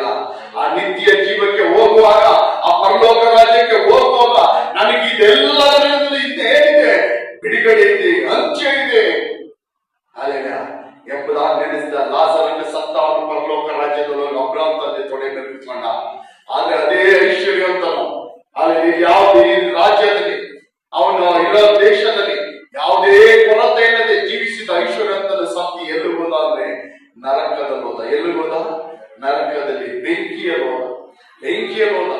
ಅಲ್ಲೆಲ್ಲ ಅಲ್ಲೋಗ ಅವನು ಕಣ್ಣೆತ್ತು ನೋಡುವಾಗ, ನನ್ನ ಮನೆ ಬಾಗಿಲಿನಲ್ಲಿ ಭಿಕ್ಷೆ ಬೆಡ್ತಿದ್ದಂತ ಐಶ್ವರ್ಯವಂತನಿಲ್ಲಿದ್ದಾನೆ, ಪರಲೋಕದಲ್ಲಿದ್ದಾನೆ. ಈ ಐಶ್ವರ್ಯವಂತನಿಲ್ಲಿದ್ದಾನೆ, ನರಕದಲ್ಲಿದ್ದಾನೆ. ಅವನು ಕಣ್ಣೆತ್ತಿ ನೋಡ್ತಾನೆ, ನನ್ನ ಮನೆ ಬಾಗಿಲಿನಲ್ಲಿ ಭಿಕ್ಷೆ ಬೆಡ್ತಿದ್ದವನು, ಭಿಕ್ಷೆ ಬೆಡ್ತಾ ಇದ್ದವನು, ಊಟಕ್ಕಿಲ್ಲ, ಅಲ್ಲಿ ಬಟ್ಟೆ ಇಲ್ಲ, ಮನೆ ಇಲ್ಲ, ಕಷ್ಟ ಪಡ್ತಿದ್ದ, ಭಿಕ್ಷೆ ಬೆಡ್ತಿದ್ದ. ಆ ಲಾಜರನು ಸುಖವಾಗಿ ಪರಲೋಕದಲ್ಲಿದ್ದಾನೆ. ಇವನು ನರಕದಲ್ಲಿ ನೀರಿಲ್ಲದೆ ಬೆಂಕಿಯಲ್ಲಿ ಬಿದ್ದೇನ್ ಮಾಡ್ತಾ ಇದ್ದಾನೆ? ಒದ್ದಾಡ್ತಾ ಇದ್ದಾನೆ, ಕಷ್ಟ ಪಡ್ತಾ ಇದ್ದಾನೆ. Hallelujah, hallelujah. ಅವ ಐಶ್ವರ್ಯವಂತನ ಪರಲೋಕದಲ್ಲಿ ಇರೋ ಲಾಜರನ್ನ ನೋಡಿ ಅಬ್ರಾಮ್ ತಂದೆ ಹತ್ರ ಕೂಗುತ್ತಾನೆ, ಅಬ್ರಾಮ್ ತಂದೆ, ಈ ನರಕದಲ್ಲಿ ನಾನು ತುಂಬಾ ಕಷ್ಟ ಪಡ್ತಾ ಇದ್ದೀನಿ, ಲಾಜರನನ್ನು ಕಳಿಸಿ ಅವನ ಬೆರಳಿನ ತುದಿಯಲ್ಲಿ ಸ್ವಲ್ಪ ನೀರನ್ನು ತಂದು ನನ್ನ ನಾಲಿಗೆ ಬಿಡು. ನನ್ನ ಅರ್ಥ ನರಕದಲ್ಲಿ ಏನಿಲ್ಲ, ಏನಿಲ್ಲ, ನರಕದಲ್ಲಿ ಏನಿಲ್ಲ, ನೀರಿಲ್ಲ, ಅಲ್ಲಿ ಏನಿಲ್ಲ, ಅಲ್ಲಿ ಬೇರೆ ಬೆಂಕಿನೇ, ಅಲ್ಲಿ ಬೇರೆ ಬಿಸಿನೇ, ಅಲ್ಲಿ ಆರದ ಹುಳಗಳು, ಸಾಯದ ಹುಳಗಳು, ಅಲ್ಲಿ ಸೈತಾನನ ರಾಜ್ಯ ಅಲ್ಲಿರುವುದು. ಅಲ್ಲಿ ದೇವರಿಲ್ಲ, ಯೇಸು ಇಲ್ಲ, ಅಲ್ಲಿ ಕತ್ತಲೇನೆ, ಅಲ್ಲಿ ಬೆಳಕಿಲ್ಲ. ನರಕದಲ್ಲಿ ಏನಿಲ್ಲ, ಕತ್ತಲೆ, ಬೆಳಕಿಲ್ಲ, ಅಲ್ಲಿ ಬರೀ ಕತ್ತಲೆ. ಅಲ್ಲಿ ದೇವರಿಲ್ಲ, ದೈವ ಜನಗಳಿಲ್ಲ, ಅಲ್ಲಿ ಸೇವಕರಿಲ್ಲ, ಅಲ್ಲಿ ವಾಕ್ಯ ಇಲ್ಲ. ಅಲ್ಲಿರುವುದು ಯಾರು? ಸೈತಾನನ ಸೇವಕರು ಮಾತ್ರ. ಹಾಲೆಲ್ಲ ನೀರಿಲ್ಲ, ನೀರ್ ಕಳಿಸುವಂತ ಹೇಳ್ತಾನೆ. ಅವ್ರ ಅಬ್ರಾಮ್ ತಂದೆ ಹೇಳ್ತಾನೆ, ಒಬ್ಬನ ಇಲ್ಲಿಂದನ, ಒಬ್ಬನ ಅಲ್ಲಿಂದ ಇಲ್ಲಿಂದ ಅಲ್ಲಿಗೂ, ಒಬ್ಬನ ಅಲ್ಲಿಂದ ಇಲ್ಲಿಗೆ ಏನ್ ಮಾಡಕ್ಕಾಗಲ್ಲ, ಬರಕ್ಕಾಗುದಿಲ್ಲ. ಅವಾಗ ಐಶ್ವರ್ಯಂತ ಅಬ್ರಾಮ್ ತಂದೆ ಹತ್ರ ಕೇಳ್ತಾನೆ, ನನಗಿನ್ನ ನನ್ನ ಊರಲ್ಲಿ ಎಷ್ಟು ಜನ, ನನ್ನ ಮನೆಯಲ್ಲಿ ಇನ್ನ 5 ಜನ ಅಣ್ಣ ತಮ್ಮದಿದ್ದಾರೆ, ಅವ್ರಿಗಾದ್ರೂ ಲಾಜರನ್ನು ಹೋಗಿ ಹೇಳಲಿ, ಲಾಜರನನ್ನು ಕಳಿಸು, ಈ ರೀತಿ ನಿನ್ನ ಅಣ್ಣ ಕಷ್ಟ ಪಡ್ತಾ ಇದ್ದ ನರಕದಲ್ಲಿ, ಅಲ್ಲೆಲ್ಲ ನೀವ್ ಯೇಸುವನ್ನು ನಂಬಿರಿ, ಆವಾಗ ಲಾಜರನ ರೀತಿಯಲ್ಲಿ ಪರಲೋಕಕ್ಕೆ ಬರಬಹುದು ಎಂಬುದಾಗಿ. ಆಗ ಅಬ್ರಾಮ್ ತಂದೆ ಹೇಳ್ತಾನೆ, ನಾವು ಜೀವದಿಂದ ಇರುವಾಗ ಅಲ್ಲಿ ನಿಮಗೆ ಮೋಶೆಗಳಿದ್ದಾರೆ, ಪ್ರವಾದಿಗಳಿದ್ದಾರೆ, ಬೋಧಕರಿದ್ದಾರೆ, ಪಾಸ್ಟರ್ಗಳಿದ್ದಾರೆ, ದೇವರ ವಾಕ್ಯ ಇದೆ. ಅವ್ರು ಹೇಳುವ ಮಾತನ್ನು ಕೇಳೋದಾದ್ರೆ ಅವ್ರು ಕೇಳಿ ಈ ನರಕವನ್ನು ತಪ್ಪಿಸ್ಕೊಳ್ಳಲಿ. ಒಬ್ಬ ಸತ್ತೋನ್ ಇಲ್ಲಿಂದ ಹೋಗಿ ಅಲ್ಲಿಗೆ ಅವ್ರು ಬೋಧನೆ ಮಾಡಿದ್ರೆ ಅವ್ರು ಏನ್ ಮಾಡಲ್ಲ, ಕೇಳಲ್ಲ ಎಂಬುದಾಗಿ. Hallelujah, hallelujah, hallelujah. ಅಬ್ರಹಾಮ್ ತಂದೆ ಏನ್ ಹೇಳ್ತಾನೆ? ನಿಮಗೆ ಈ ಲೋಕದಲ್ಲಿ ಕೊಡಲ್ಪಟ್ಟ ದಿನಗಳು ಮಾತ್ರ ನಿಮಗೆ ರಕ್ಷಣೆಗೆ. ಅಲ್ಲ, ಈ ಲೋಕದಲ್ಲಿ ಕೊಡಲ್ಪಟ್ಟ ದಿನಗಳೇ ನಾವೇನ್ ಮಾಡ್ಬೇಕು? ತೀರ್ಮಾನ ಮಾಡಿಕೊಳ್ಬೇಕು. ಆ ನಿತ್ಯ ನರಕಕ್ಕೆ ನಾವು ಹೋಗ್ಬೇಕಾ, ನಿತ್ಯ ಜೀವಕ್ಕೆ ನಾವು ಸೇರಬೇಕೆಂಬುದಾಗಿ ಯಾವಾಗ ತೀರ್ಮಾನ ಮಾಡ್ಬೇಕು? ನರಕದಲ್ಲೂ ಕುತ್ಕೊಂಡು ತೀರ್ಮಾನ ಮಾಡಿದ್ರೆ ಅಲ್ಲೇನೋ ಏನ್ ಸಿಕ್ಕಲ್ಲ, ಪರಿಹಾರ ಸಿಕ್ಕಲ್ಲ. ಸಿಗುತ್ತ ಪರಿಹಾರ? ನರಕದಲ್ಲೂ ಕುತ್ಕೊಂಡು ತೀರ್ಮಾನ ಮಾಡಿದ್ರೆ ಪರಿಹಾರ ಸಿಕ್ಕಲ್ಲ. ನರಕದಲ್ಲೂ ಹತ್ರ ನಮಗ್ ಬಿಡುಗಡೆ ಸಿಕ್ಕಲ್ಲ, ರಕ್ಷಣೆ ಸಿಕ್ಕಲ್ಲ. ಐಶ್ವರ್ಯಂತ ನರಕದಲ್ಲೂ ಅಳ್ತಾನೆ, ನನ್ನ ಕಾಪಾಡ್ರಿ, ಇಲ್ಲಿ ನೀರಿಲ್ಲ, ನನ್ನ ಸಹೋದರನ ರಕ್ಷಿಸು. ಆದ್ರೆ ಅಲ್ಲೋಗಿ ಎಷ್ಟೇ ಕೂಗುದ ಪರಿಹಾರ ಇಲ್ಲ. ನೀವು ನಿತ್ಯ ಜೀವನ ಪಡೆದುಕೊಳ್ಳಬೇಕಂದ್ರೆ, ನಿಮ್ಮ ಅಗ್ನಿ ನರಕದಿಂದ ತಪ್ಪಿಸಿಕೊಳ್ಳಬೇಕಂದ್ರೆ, ಈ ಲೋಕದಲ್ಲಿ ದೇವರು ನಿಮಗೆ ಕೊಡಲ್ಪಟ್ಟ ದಿನಗಳಲ್ಲೇ ಅದನ್ನು ನೀವು ತೀರ್ಮಾನಿಸಿಕೊಳ್ಳಬೇಕು, ಡಿಸೈಡ್ ಮಾಡ್ಬೇಕು. ಇಲ್ಲೇ ನಾವು ಡಿಸೈಡ್ ಮಾಡ್ಬೇಕು. ಅಲ್ಲ, ನಾನು ಸತ್ತ ಮೇಲೆ ನನ್ನ ಆತ್ಮ ಎಲ್ಲಿ ಹೋಗ್ಬೇಕು ಅಂತ ನಾವು ಯಾವಾಗ ಡಿಸೈಡ್ ಮಾಡ್ಬೇಕು? ಇವಾಗಲೇ, ಈಗಲೇ, ಅಲ್ಲ ಇಲ್ಲೇ ಡಿಸೈಡ್ ಮಾಡ್ಬೇಕು. ಅಲ್ಲ ಏನೋ ಇಲ್ಲೇ ಡಿಸೈಡ್ ಮಾಡ್ಬೇಕು, ಇವಾಗಲೇ ಡಿಸೈಡ್ ಮಾಡ್ಬೇಕು. ಸತ್ತ ಮೇಲೆ ನನ್ನ ಆತ್ಮ ನಿತ್ಯ ಜೀವಕ್ಕೆ ಹೋಗ್ಬೇಕಾ? ಸತ್ತ ಮೇಲೆ ನನ್ನ ಆತ್ಮ ನಿತ್ಯ ಬೆಂಕಿಗೆ ಹೋಗ್ಬೇಕಾ? ಈಗಲೇ ಈ ವಾಕ್ಯಗಳನ್ನು ಕೇಳುತ್ತಿರುವಾಗಲೇ ನೀವು ಡಿಸೈಡ್ ಮಾಡ್ಕೊಳ್ಬೇಕು. ಅಲ್ಲೇಲೂಯ. ಈ ವಾಕ್ಯಗಳನ್ನು ಕೇಳುತ್ತಿರುವಾಗಲೇ ನೀವು ಡಿಸೈಡ್ ಮಾಡ್ಕೊಳ್ಬೇಕು, ನೀವು ತೀರ್ಮಾನಗಳನ್ನು ಮಾಡ್ಕೊಳ್ಬೇಕು. ಆದರೆ ನಾಳೆ ನಾಳಿದ್ದು ಅನ್ನೋದು ನಮ್ಮ ಕೈಯಲ್ಲಿ ಸೇರಿಲ್ಲ, ನಮ್ಮ ಕೈಯಲ್ಲಿಲ್ಲ. ಅದು ನಾಳೆ ಅನ್ನೋದು, ನಾಳಿದ್ದು, ಇನ್ನೂ 1 ತಿಂಗಳು, 1 ವರ್ಷ, ಅವೆಲ್ಲ ನಮ್ಮ ಕೈಯಲ್ಲಿಲ್ಲ. ಈ ವಾಕ್ಯಗಳನ್ನು ಕೇಳುವಾಗಲೇ ನೀವು ತೀರ್ಮಾನ ಮಾಡ್ಕೊಳ್ಬೇಕು. ಹಲ್ಲೆಲೂಯಾ. ಈ ಲೋಕದ ನನ್ನ ಕಷ್ಟ ಇದ್ರೂ ಪರವಾಗಿಲ್ಲ, ಈ ಲೋಕದ ನನ್ನ ದುಃಖಗಳು ಇದ್ರೂ ಪರವಾಗಿಲ್ಲ, ವೇದನೆಗಳು ಇದ್ರೂ ಪರವಾಗಿಲ್ಲ. ಹಲ್ಲೆಲೂಯಾ. ಆದ್ರೆ ನಾನು ಯೇಸುವಿನ ಮಾತ್ರ ಬಿಡುವುದಿಲ್ಲ.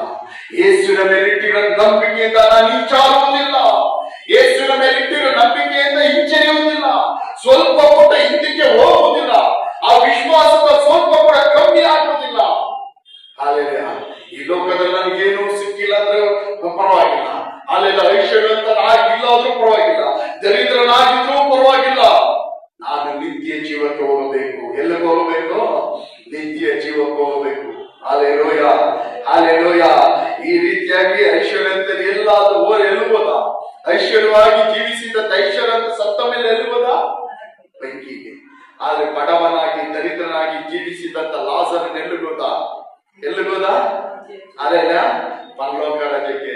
ಯೇಸು ಸ್ವಾಮಿ ಹೇಳಿದ, ನಿಮಗೆ ಕಷ್ಟ, ತೊಂದರೆ, ದುಃಖ ಇಲ್ಲ ಅಂತ ನಾನು ಹೇಳಲಿಲ್ಲ. ಈ ಲೋಕದಲ್ಲಿ ನಿಮಗೆ ಏನಿದೆ? ಸಂಕಟಗಳು ಉಂಟು, ಕಷ್ಟಗಳು ಉಂಟು, ವೇದನೆಗಳು ಉಂಟು. ವೇದನೆ ಬರುತ್ತದೆ, ಕಷ್ಟಗಳು ಬರುತ್ತದೆ. ಮನುಷ್ಯನಂತ ಹೇಳಿದ್ಮೇಲೆ ಎಲ್ಲಾರ್ಗೂ ವೇದನೆ, ಕಷ್ಟ, ದುಃಖ, ರೋಗ, ಸಾಲ ಬಾಧೆ, ಸಂಕಟಗಳು ಎಲ್ಲ ಬರುತ್ತದೆ. ನಮಗೂ ಪ್ರತಿಯೊಬ್ಬರಿಗಿದೆ, ಕಷ್ಟಗಳಿದೆ, ವೇದನೆಗಳಿದೆ. ಆದ್ರೆ ಯೇಸು ಸ್ವಾಮಿ ಹೇಳ್ತಾರೆ, ನಿಮಗೆ ಸಂಕಟಗಳು ಲೋಕದಲ್ಲಿ ಉಂಟು, ಆದ್ರೆ ಧೈರ್ಯವಾಗಿರಿ. ಏನಂತ ಹೇಳ್ತಾರೆ ಯೇಸು ಸ್ವಾಮಿ? ಧೈರ್ಯವಾಗಿರಿ. ಅದನ್ನ ನೋಡಿ ಭಯ ಪಡಬೇಡ್ರಿ. ಬರುವ ಕಷ್ಟಗಳನ್ನು ನೋಡಿ ಭಯ ಪಡಬೇಡ್ರಿ. ಬರುವ ಹಿಂಸೆಗಳನ್ನು ನೋಡಿ ಭಯ ಪಡಬೇಡ್ರಿ. ಆದ್ರೆ ಬರುವ ಕಾರ್ಯಗಳನ್ನು ನೋಡಿ ನೀವೇನ್ ಮಾಡ್ಬೇಡ್ರಿ? ಭಯ ಪಡಬೇಡ್ರಿ, ಭಯ ಪಡಬೇಡ್ರಿ. ಯೇಸು ಸ್ವಾಮಿ ಹೇಳ್ತಾರೆ, ಭಯ ಪಡಬೇಡ್ರಿ. ಇವತ್ತಿನ ನಿಮ್ಮ ಪರಿಸ್ಥಿತಿಗಳನ್ನು ನೋಡಿ ಭಯ ಪಡಬೇಡ್ರಿ. ಇವತ್ತಿನ ನಿಮ್ಮ ಕಾರ್ಯಗಳನ್ನು ನೋಡಿ ಭಯ ಪಡಬೇಡ್ರಿ. ನಿಮ್ಮ ಕಷ್ಟಗಳನ್ನು ನೋಡಿ ನೀವೇನ್ ಮಾಡಬೇಡ್ರಿ? ಭಯ ಪಡಬೇಡ್ರಿ. ನಿಮ್ಮ ಕಾಯಿಲೆಗಳನ್ನು, ರೋಗಗಳನ್ನು ಇವತ್ತು ನೋಡಿ ನೆನೆಸಿಕೊಂಡು ಭಯ ಪಡಬೇಡ್ರಿ, ಭಯ ಪಡಬೇಡ್ರಿ. ಯೇಸು ಸ್ವಾಮಿ ಹೇಳ್ತಾರೆ, ಭಯ ಪಡಬೇಡ್ರಿ. ಯೇಸುವನ್ನು ನಂಬಿರಿ, ಯೇಸುವನ್ನು ನಂಬಿರಿ, ಯೇಸುವಿನ ಮೇಲೆ ನಂಬಿಕೆ ಇಡಿರಿ. ಆ ನಂಬಿಕೆಯಿಂದ ಸ್ವಲ್ಪ ಕೂಡ ಹಿಂಜರಿಯಬೇಡ್ರಿ. ಆ ನಂಬಿಕೆಯಿಂದ ಸ್ವಲ್ಪ ಕೂಡ ಹಿಂದಕ್ಕೆ ಹೋಗಬೇಡ್ರಿ, ಭಯ ಪಡಬೇಡ್ರಿ. ದೇವರ ವಾಕ್ಯ ಹೇಳುತ್ತದೆ, ನಾನೇ ಲೋಕವನ್ನು ಜಯಿಸಿದ್ದೇನೆ. ಆದರೆ ಯೇಸು ಏನ್ ಹೇಳ್ತಾರೆ? ಕಷ್ಟಗಳನ್ನು ನೋಡಿ ಭಯ ಪಡಬೇಡ್ರಿ, ಕಷ್ಟಗಳ ದುಃಖಗಳನ್ನು ನೋಡಿ ಭಯ ಪಡಬೇಡ್ರಿ. ನಾನು ಲೋಕವನ್ನು ಜಯಿಸಿದ್ದೇನೆ. ಲೋಕವನ್ನು ಜಯಿಸಿದಂತ ಯೇಸುವನ್ನೇ ನಾವು ಆರಾಧಿಸುವುದು. ಲೋಕವನ್ನು ಜಯಿಸಿದಂತ ಯೇಸು ನಮ್ಮ ಸಂಗಡ ಇದ್ದಾನೆ. ಯಾರಿದ್ದಾರೆ ನಮ್ಮ ಸಂಗಡ? ಈ ಲೋಕವನ್ನೇ ಜಯಿಸಿದಂತ, ರೋಗಗಳನ್ನು ಜಯಿಸಿದಂತ, ವೇದನೆಗಳನ್ನು ಜಯಿಸಿದಂತ, ಸೈತಾನನ್ನು ಜಯಿಸಿದಂತ, ಕಲ್ವಾರಿ ಶಿಲ್ಪೆ ಮರಣದ ಮೂಲಕವಾಗಿ ಸೈತಾನನ್ನು ಜಯಿಸಿದಂತ ಯೇಸು ಸ್ವಾಮಿ ನಮ್ಮ ಸಂಗಡ ಇದ್ದಾನೆ. ಎಲ್ಲರೂ ಹೇಳಿರಿ, ಯೇಸು ಸ್ವಾಮಿ ನನ್ನ ಸಂಗಡ ಇದ್ದಾನೆ. ಹಲ್ಲೆಲೂಯಾ. ಕಲ್ವಾರಿ ಶಿಲುಬೆಯಲ್ಲಿ ಸೈತಾನನ ಜಯಿಸಿದಂತ, ಸೈತಾನನ ತಲೆಯನ್ನು ಕಾಲಿನಿಂದ ತುಳಿದು ಜಜ್ಜಿದಂತ ಯೇಸು ಸ್ವಾಮಿ ನನ್ನ ಸಂಗಡ ಇದ್ದಾರೆ. ಹಲ್ಲೆಲೂಯಾ. ಯಾರಿದ್ದಾರೆ? ಯೇಸು ಸ್ವಾಮಿ ನನ್ನ ಜೊತೆ ಇದ್ದಾರೆ. ಹಲ್ಲೆಲೂಯಾ. ಭಯ ಪಡಬೇಡ್ರಿ.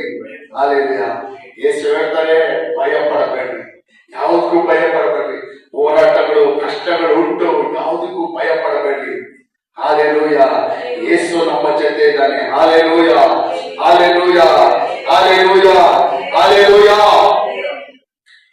ಜ್ಞಾನೋಕ್ತಿಗಳು 8ನೇ ಅಧಿಕಾರ 35-36 ವಾಕ್ಯ ಹೇಳ್ತದೆ, ಯಾವನನ್ನು ಹೊಂದುತ್ತಾನೋ ಅವನನ್ನು ಜೀವವನ್ನು ಹೊಂದುತ್ತಾನೆ. ಹಾಲೆಲೂಯಾ. ದೇವರ ವಾಕ್ಯ ಜ್ಞಾನೋಕ್ತಿಗಳಲ್ಲಿ ಈ ರೀತಿಯಾಗಿ ಹೇಳುತ್ತದೆ, ಯಾವನ ನನ್ನನ್ನು ಹೊಂದುತ್ತಾನೋ ಅವನು ಏನ್ ಮಾಡ್ತಾನೆ? ಜೀವವನ್ನು ಹೊಂದುತ್ತಾನೆ. ಹಾಲೆಲೂಯಾ. ಅದು ಇಂಗ್ಲಿಷ್ ಅಲ್ಲಿ ಹೇಳುತ್ತದೆ, ಚೆನ್ನಾಗಿ ಹೇಳುತ್ತದೆ ಇಂಗ್ಲಿಷ್ ಅಲ್ಲಿ. Hallelujah. whoever finds me find life. Hallelujah. 8:35-36 8:35-36 ಯಾವನ ನನ್ನನ್ನು ಹೊಂದುತ್ತಾನೋ, ಯಾವನ ನನ್ನನ್ನು ಹಾಲೆಲೂಯಾ ತಿಳಿದುಕೊಳ್ಳುತ್ತಾನ ಅಂದ್ರೆ ಅರ್ಥ, ಯಾವನ ನನ್ನ ಮೇಲೆ ನಂಬಿಕೆ ಇಡುತ್ತಾನೋ ಅವನು ಏನನ್ನು ಹೊಂದಿಕೊಳ್ಳುತ್ತಾನೆ? ಜೀವವನ್ನು. ಯಾವ ಜೀವ ಅದು? ನಿತ್ಯವಾದ ಜೀವ. Hallelujah, hallelujah, hallelujah. ಅದು 30ನೇ ವಾಕ್ಯ ಹೇಳ್ತದೆ, ಯಾವ ನನಗೆ ತಪ್ಪು ಮಾಡುತ್ತಾನೋ ಅವನು ತನ್ನ ಆತ್ಮಕ್ಕೆ ಕೇಡು ಮಾಡಿಕೊಳ್ಳುತ್ತಾನೆ, ನನ್ನನ್ನು ಹಾಗೆ ಮಾಡುವವರೆಲ್ಲರೂ ಮರಣವನ್ನು ಪ್ರೀತಿಸುತ್ತಾರೆ. ಯಾರು ನನಗೆ ತಪ್ಪು ಮಾಡ್ತಾರೋ ಅವರ ಆತ್ಮ ಕೇಡು ಮಾಡಿಕೊಳ್ಳುತ್ತಾರೆ. ದೇವರನ್ನು ಪ್ರೀತಿಸದೆ ದೇವರನ್ನು ಹಾಗೆ ಮಾಡುವವರು, ದೇವರಿಗೆ ಅವಿಧೇಯರಾಗುವವರು, ದೇವರನ್ನು ಹುಡುಕದೆ ಬಿಟ್ಟು ಬಿಡುವವರು ಏನನ್ನು ಪ್ರೀತಿಸುತ್ತಾರಂತೆ? ಮರಣವನ್ನು ಪ್ರೀತಿಸುತ್ತಾರೆ, ಮರಣವನ್ನು ಹೊಂದಿಕೊಳ್ಳುತ್ತಾರೆ. ಅಂದ್ರೆ ಈ ಲೋಕದಲ್ಲಿ ಸಿಗುವಂತ ಮರಣ ಅಲ್ಲ, ಏನೋ ನರಕದಲ್ಲಿ ಉಂಟಾಗುವಂತ ಮರಣ. ನಮ್ಮ ಆತ್ಮ ಮರಣವನ್ನು ಹೊಂದಿಕೊಳ್ಳುತ್ತಾರೆ. ದೇವರನ್ನ ಯಾರು ಹುಡುಕುತ್ತಾರೋ, ದೇವರನ್ನ ಯಾರು ಅರಿತುಕೊಳ್ಳುತ್ತಾರೋ ಅವರು ಜೀವವನ್ನು ಹೊಂದಿಕೊಳ್ಳುತ್ತಾರೆ. ಏನು ಹೊಂದಿಕೊಳ್ಳುತ್ತಾರೆ? ಜೀವವನ್ನು. ನಾವೆಲ್ಲ ಏನು ಹೊಂದಿಕೊಳ್ಳಬೇಕು? ಜೀವವನ್ನು ಹೊಂದಿಕೊಳ್ಳಬೇಕು. ಹಾಲೆಲ್ಲ ಯೇಸು ಕೊಡುವಂತ ನಿತ್ಯ ಜೀವವನ್ನು ಹಾಲೆಲ್ಲ ನಾವು ಹೊಂದಿಕೊಳ್ಳಬೇಕು. Hallelujah, hallelujah, hallelujah. ರೋಮರ್ 5ನೇ ಅಧಿಕಾರ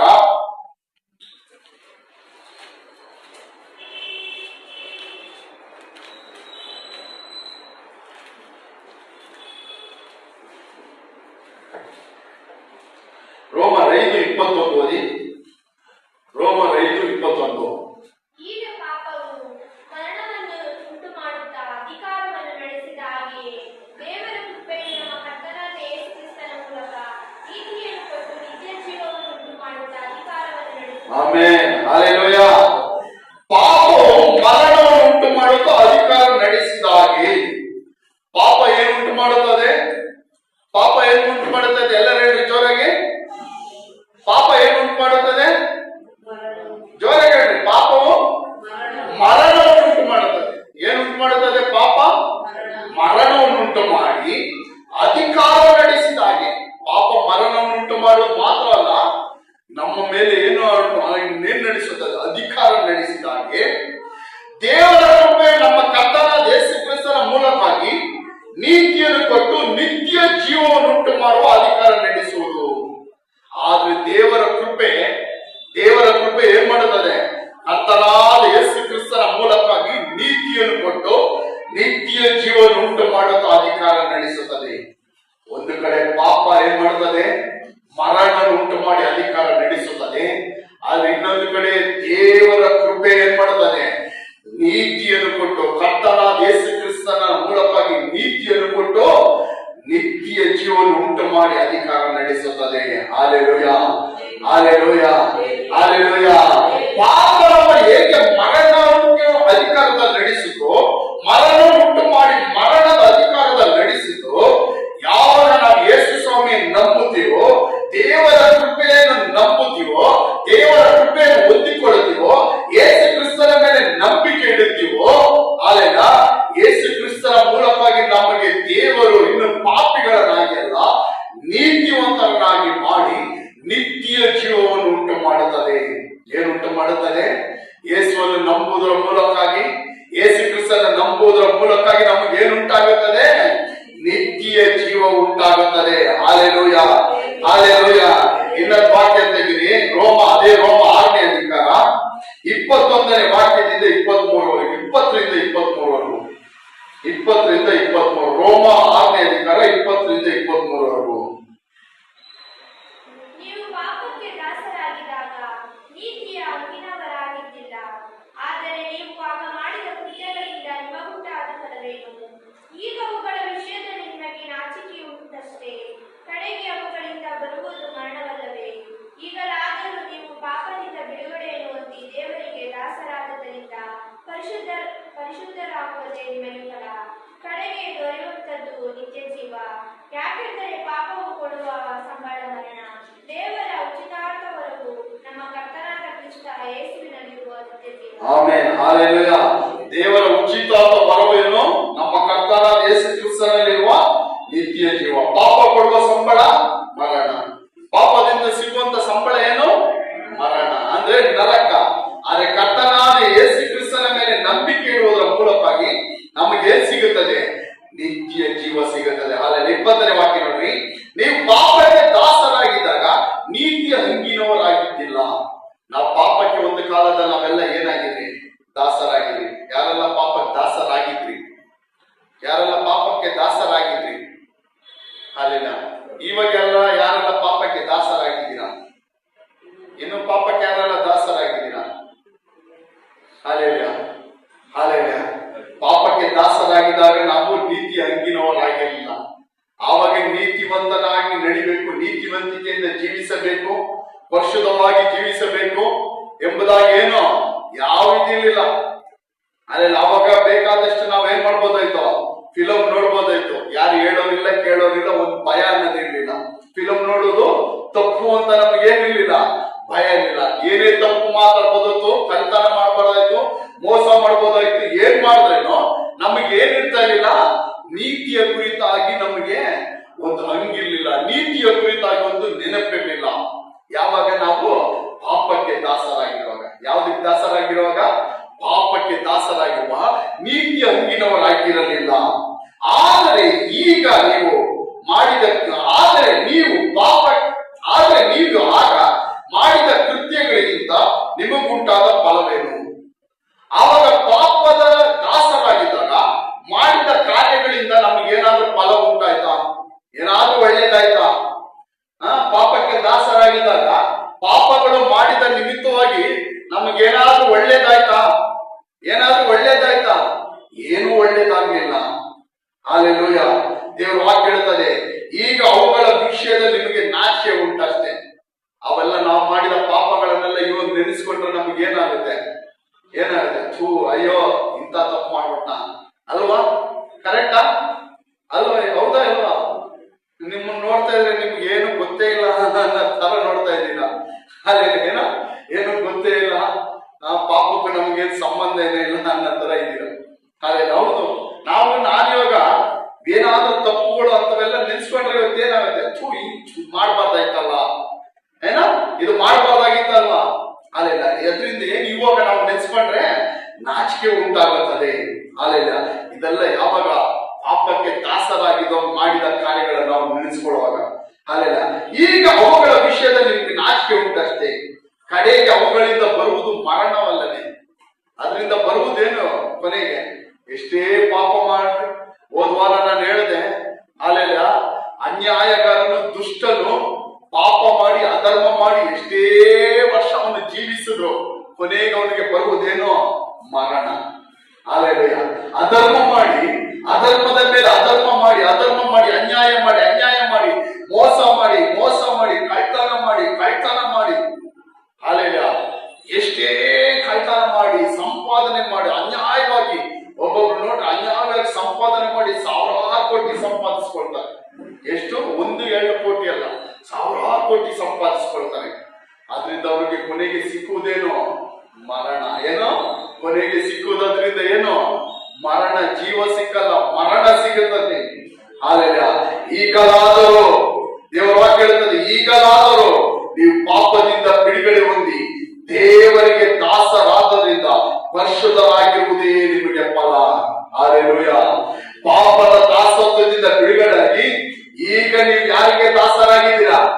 ಯಾರಿಗೆ ದಾಸರಾಗಿದ್ದೀರಾ? ಕ್ರಿಸ್ತ ಯೇಸುವಿಗೆ ದಾಸರಾಗಿದ್ದೀರಾ. ಯಾರೆಲ್ಲ ಇವಾಗ ಪಾಪದ ದಾಸತ್ವದಿಂದ ಬಿಡುಗಡೆಯಾಗಿ ಯೇಸುವಿಗೆ ದಾಸರಾಗಿದ್ದೀರಾ? ಯಾರೆಲ್ಲ ದಾಸರಾಗಿದ್ದೀರಾ ಯೇಸುವಿಗೆ? ಹಲ್ಲೆಲೂಯಾ. ಯೇಸುವಿಗೆ ದಾಸರಾಗಿದ್ದೀರಾ? ಹಲ್ಲೆಲೂಯಾ. ಯೇಸುವಿಗೆ ಪಾಪಕ್ಕೆ ದಾಸರಾದಾಗ ಯಾಕೆ ಪಾಪಗಳನ್ನು ಮಾಡ್ತಾ ಇದ್ರು, ಅದೇ ರೀತಿ ನಾವು ಇವಾಗ ಕ್ರಿಸ್ತ ಯೇಸುವಿಗೆ ನಾವು ದಾಸರಾದ್ರಿಂದ ಪರಿಶುದ್ಧವಾಗಿ ಜೀವಿಸುವುದೇ ನಿಮಗೆ ಫಲ. ಪರಿಶುದ್ಧವಾಗಿ ಜೀವಿಸಬೇಕು. ಪರಿಶುದ್ಧರಾಗುವುದೇ ನಿಮಗೇನು ಫಲ. ಹಲ್ಲೆಲೂಯಾ. ಹಾಲೆಲೂಯ. ಈ ಪರಿಶುದ್ಧವಾಗಿ ಜೀವಿಸುವುದರಿಂದ, ಯೇಸು ಕ್ರಿಸ್ತನಿಗೆ ದಾಸರಾಗಿ ಪರಿಶುದ್ಧರಾಗಿ ಜೀವಿಸುವ ನಿಮಿತ್ತವಾಗಿ ನಮಗೆ ಸಿಕ್ಕುವುದೇನು ಗೊತ್ತಾ? ನಿತ್ಯ ಜೀವ. Hallelujah, hallelujah. ಕಡೆಗೆ ದೊರೆಯುವಂಥದ್ದು ನಿತ್ಯ ಜೀವ. Hallelujah, hallelujah, hallelujah, hallelujah. ಪಾಪಕ್ಕೆ ದಾಸರಾಗಿ ಜೀವಿಸುವ ನಿಮಿತ್ತವಾಗಿ ನಮಗೆ ಸಿಕ್ಕುವುದು ಮರಣ. ಆದರೆ ಇನ್ನೊಂದು ಸಾರಿ ಕೂಡ ಹೇಳ್ತೀನಿ, ಪಾಪಕ್ಕೆ ಗುಲಾಮರಾಗಿ ಪಾಪಗಳನ್ನು ಮಾಡಿ ಸೈತಾನಿಗೆ ಇಷ್ಟವಾದ ಕೆಲಸಗಳನ್ನು ಮಾಡಿ ದೇವರಿಗೆ ಇಷ್ಟವಿಲ್ಲದ ಕೆಲಸಗಳನ್ನು ಮಾಡಿ ದೇವರಿಗೆ ಇಷ್ಟವಿಲ್ಲದ ಮಾರ್ಗಗಳನ್ನು ನಡೆದು ದೇವರಿಗೆ ಇಷ್ಟವಿಲ್ಲದ ರೀತಿಯಲ್ಲಿ ಮಾತುಗಳನ್ನು ಮಾತಾಡಿ ದೇವರಿಗೆ ಕೋಪ ಬರುವಂತ ರೀತಿಯಲ್ಲಿ ನಾವು ಜೀವಿಸಿ ಅದರ ಮೂಲಕವಾಗಿ ನಮಗೆ ಸಿಕ್ಕುವುದೇನು? ಮರಣ. ಏನ್ ಸಿಗುತ್ತದೆ? ಮರಣ. ಆದ್ರೆ ಕರ್ತನಾದ ಯೇಸು ಕ್ರಿಸ್ತನಿಗೆ ದಾಸರಾಗಿ ಪರಿಶುದ್ಧವಾಗಿ ಜೀವಿಸಿ ಒಪ್ಪಿಸಿಕೊಟ್ಟರೆ ಅದರಿಂದ ನಮಗೆ ದೊರೆಯುವುದು ನಿತ್ಯ ಜೀವ. ಹಾಲೆಲೂಯ, ನಿತ್ಯ ಜೀವ. ನಮಗೆ ಮರಣ ಬೇಕಾ? ನಿತ್ಯ ಜೀವ ಬೇಕಾ? ಹೇಳ್ರಿ, ಮರಣ ಬೇಕಾ? ನಿತ್ಯ ಜೀವ ಬೇಕಾ? ಹಾಲೆಲೂಯ. ನಿತ್ಯ ಜೀವ ಬೇಕು ಅಂದ್ರೆ ನಾವು ಯಾರಿಗೆ ದಾಸರಾಗಬೇಕು?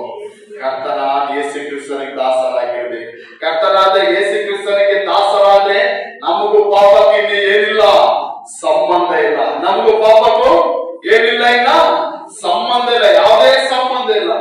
ನಮಗೂ ಸುಳ್ಳು ಮಾತಾಡೋದಕ್ಕೆ ಏನಿಲ್ಲ, ಸಂಬಂಧ ಇಲ್ಲ. ನಮಗೂ ಅನ್ಯಾಯಕ್ಕೂ ಸಂಬಂಧ ಇಲ್ಲ.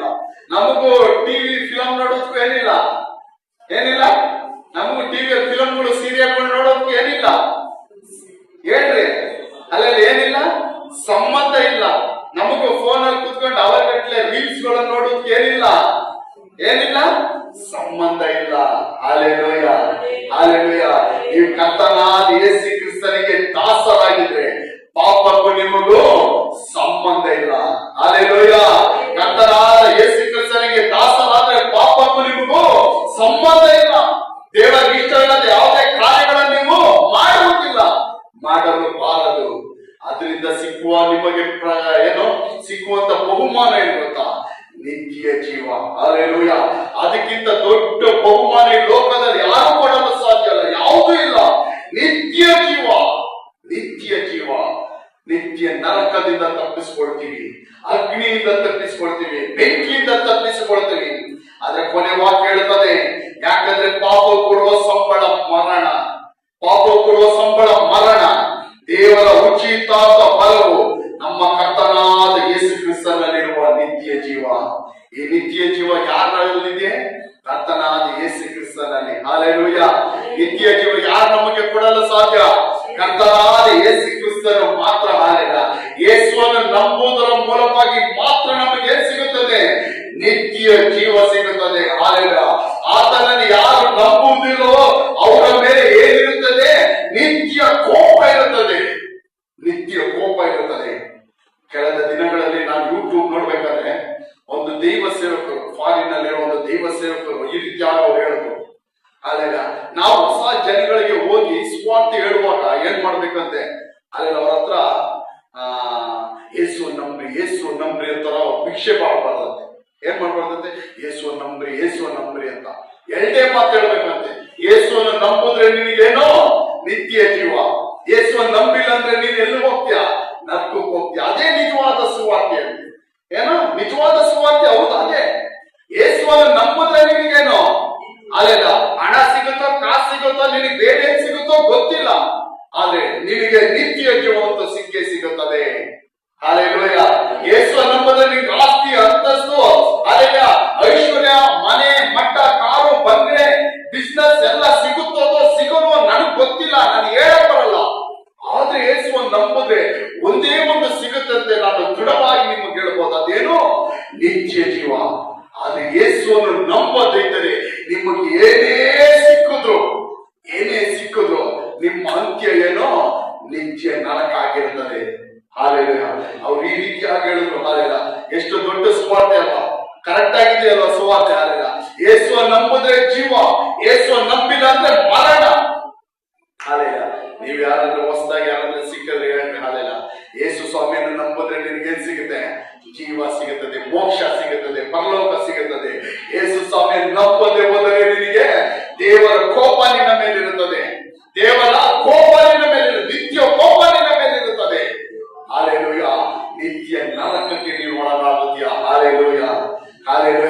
ಅದಕ್ಕಾಗಿ ನಾನು ಈ ವಾಕ್ಯಗಳನ್ನು ಹೇಳುವಾಗ ನಾನು ನಿಮ್ಗೆ ಹೇಳ್ತೀನಿ, ಈ ವಾಕ್ಯಗಳನ್ನು ಕೇಳುವಾಗಲೇ ಹಾಲೆಲ್ಲ ನೀವು ಈ ದಿನದಲ್ಲೇ ತೀರ್ಮಾನಿಸಿಕೊಳ್ಳಿರಿ, ಈ ಕ್ಷಣದಲ್ಲೇ ತೀರ್ಮಾನಿಸಿಕೊಳ್ಳಿರಿ, ಈಗಲೇ ತೀರ್ಮಾನಿಸಿಕೊಳ್ಳಿರಿ. ಹಾಲೆಲ್ಲ ನಾನು ನಿತ್ಯ ಜೀವ ನನಗೆ ಬೇಕಾ? ನಿತ್ಯ ನನಗೆ ಬೇಕಾ? ಈ ನಿತ್ಯ ಜೀವ ನನಗೆ ಮಾತ್ರ ಸಾಕ? ನನ್ನ ಕುಟುಂಬದವರಿಗೂ ಬೇಕಾ ಎಂಬುದಾಗಿ. ಹಾಲೆಲ್ಲ ನಿತ್ಯ ಜೀವಕ್ಕೆ ನಾನ್ ಮಾತ್ರ ಹೋದ್ರೆ ಸಾಕ? ನಾನ್ ಮಾತ್ರ ಪ್ರವೇಶಿಸಿದ್ರೆ ಸಾಕ? ಅಲ್ಲ, ನಿತ್ಯ ಜೀವಕ್ಕೆ ನನ್ನ ಕುಟುಂಬದವರು ಏನ್ ಮಾಡ್ಬೇಕು? ಹೋಗಬೇಕು. ನನ್ನ ಫ್ರೆಂಡ್ಸ್ಗಳೇ ನಿತ್ಯ ಜೀವವನ್ನು ಕಂಡುಕೊಳ್ಳಬೇಕು, ನಿತ್ಯ ಜೀವಕ್ಕೆ ಬರಬೇಕು ಎಂಬುದಾಗಿ ನೀವೇನ್ ಮಾಡ್ಬೇಕು? ಪ್ರಾರ್ಥಿಸಬೇಕು. ಹಾಲೆಲೂಯ. ನೀವು ಮೊದಲು ನಿಮ್ಮನ್ನು ಒಪ್ಪಿಸಿಕೊಡ್ರಿ. ಹಾಲೆಲೂಯ. ನೀವೇನ್ ಮಾಡ್ರಿ? ನಿಮ್ಮನ್ನ ಮೊದಲು ಒಪ್ಪಿಸಿಕೊಡ್ರಿ. Hallelujah, hallelujah. ಈ ದಿನವೇ ತೀರ್ಮಾನ ದಿನ, ಈ ದಿನವೇ ನಿಮ್ಮ ದಿನ. ಹಾಲೆಲೂಯ. ಈ ದಿನವೇ ರಕ್ಷಣೆ ದಿನ. ಹಾಲೆಲೂಯ. ನಾಳೆ ಎಂಬುದು ಇನ್ನೊಂದು ಸ್ವಲ್ಪ ದಿನ ಎಂಬುದು ಆ ರೀತಿಯಾಗಲ್ಲ ಇರಬಾರ್ದು. ಹಾಲೆಲೂಯ. ಈ ದಿನವೇ, ಕೇಳಿದ ಈ ಕ್ಷಣವೇ, ಈ ವಾಕ್ಯಗಳನ್ನು ಕೇಳುತ್ತಿರುವ ನೀವು ಒಬ್ಬರಿಗೂ ನಾನು ಪ್ರತಿಯೊಬ್ಬರಿಗೆ ನಾನು ಹೇಳುತ್ತೇನೆ, ಯಾವುದೇ ಕಾರಣಕ್ಕೂ ನೀವು ನಿತ್ಯ ಜೀವವನ್ನು ಮಾತ್ರ ಕಳೆದುಕೊಳ್ಳಬೇಡ್ರಿ. ಹಾಲೆಲೂಯ. ಈ ಲೋಕದಲ್ಲಿ ಏನು ಬೇಕಾದ್ರೂ ಕಳೆದುಕೊಳ್ಳಿರಿ, ಏನು ಬೇಕಾದ್ರೂ ನೀವು ಹಾಲೆಲೂಯ ನಷ್ಟಪಟ್ಟು ಹೋಗಲಿ ನಿಮ್ಮಿಂದ, ಆದ್ರೆ ನಿತ್ಯ ಜೀವವನ್ನು ಮಾತ್ರ ನೀವು ಕಳೆದುಕೊಳ್ಳಬೇಡ್ರಿ. ಅದು ಕೊಡಲು ಕರ್ತನಾದ ಯೇಸು ಕ್ರಿಸ್ತನಿಂದ ಮಾತ್ರ ಸಾಧ್ಯ. ಯಾರಿಂದ ಸಾಧ್ಯ? ಕರ್ತನಾದ ಯೇಸು ಕ್ರಿಸ್ತನಿಂದ ಮಾತ್ರ. ಹಾಲೆಲೂಯ. ಎಲ್ಲರೂ ಎದ್ದು ನಿಂತ್ಕೊಳ್ಳೋಣ. ಹಾಲೆಲೂಯ. ದೇವರ ಸನ್ನಿಧಿಯಲ್ಲಿ. Hallelujah, hallelujah. ಎಲ್ಲರೂ ದೇವರ ಸ್ತೋತ್ರ ಸಲ್ಲಿಸಿರಿ, ದೇವರ ಸ್ತೋತ್ರ ಸಲ್ಲಿಸಿರಿ. ಹಾಲೆಲೂಯ. ವಾಕ್ಯಗಳ ಮೂಲಕ ಮಾತಾಡಿದ್ದಕ್ಕಾಗಿ ದೇವರಿಗೆ ಸ್ತೋತ್ರ ಸಲ್ಲಿಸಿರಿ.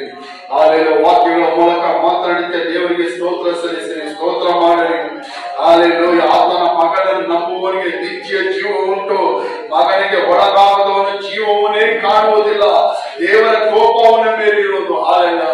ದೇವರ ಕೋಪ ಅವನ ಮೇಲಿರೋದು. ಯಾರೆಲ್ಲ ಯೇಸುವನ್ನು ನಂಬೋದಿಲ್ವೋ, ಯಾರೆಲ್ಲ ಯೇಸುವಿನ ಮೇಲೆ ವಿಶ್ವಾಸ ಇಡುವುದಿಲ್ವೋ, ಯಾರೆಲ್ಲ ಯೇಸುವನ್ನು ಸ್ವಂತ ರಕ್ಷಕನಾಗಿ ಸ್ವೀಕರಿಸಿಕೊಳ್ಳುವುದಿಲ್ವೋ, ಯಾರೆಲ್ಲ ಯೇಸುವಿನ ವಾಕ್ಯಗಳನ್ನು ತಳ್ಳಿ ಬಿಡ್ತಾರೋ, ಯೇಸುವಿನ ವಾಕ್ಯವನ್ನು ಯಾರೆಲ್ಲ ನಿರಾಕರಿಸುತ್ತಾರೋ, ಯೇಸುವಿನ ವಾಕ್ಯವನ್ನು ಯಾರೆಲ್ಲ ನಂಬುವುದಿಲ್ವೋ, ದೇವರ ವಾಕ್ಯವನ್ನು ಯಾರೆಲ್ಲ ನಂಬುವುದಿಲ್ವೋ, ಯೇಸುವನ್ನು ಯಾರೆಲ್ಲ ನಿರಾಕರಿಸುತ್ತಾರೋ, ಯೇಸುವಿನ ಸುವಾರ್ತೆಯನ್ನು ಯಾರೆಲ್ಲ ತಳ್ಳಿ ಬಿಡುತ್ತಾರೋ ಅವರ ಮೇಲೆ ದೇವರ ಕೋಪ ಇರುತ್ತದೆ.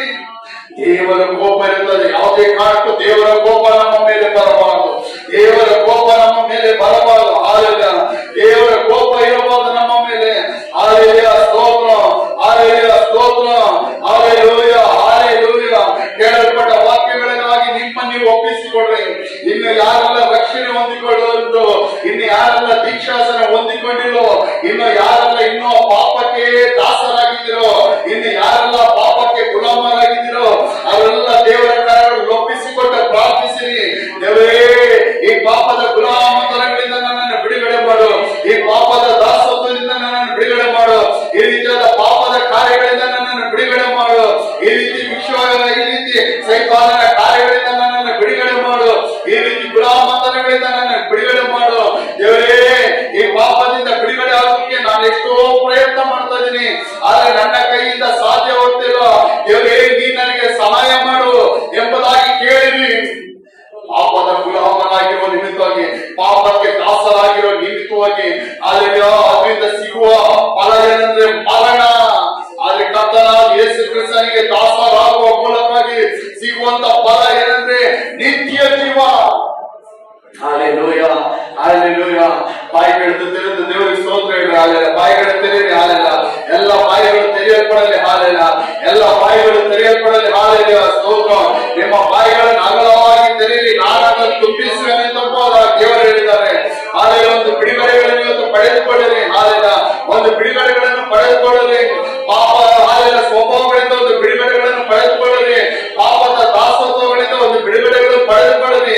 ನಿತ್ಯ ಜೀವಕ್ಕೆ ಹಾಲೆಲ್ಲ ನಾವು ಹೋಗೋಕೆ, ನಿತ್ಯ ಜೀವಕ್ಕೆ ಹಾಲೆಲ್ಲ ಹೋಗೋಕೆ ಹಾಲೆಲ್ಲ ತಡೆಯಾಗಿರುವ ಆ ಪಾಪದ ಕಾರ್ಯಗಳಿಂದ ಒಂದು ಬಿಡುಗಡೆಗಳನ್ನು ಪಡೆದುಕೊಳ್ಳಲಿ. ಹಾಲೆಲೂಯ.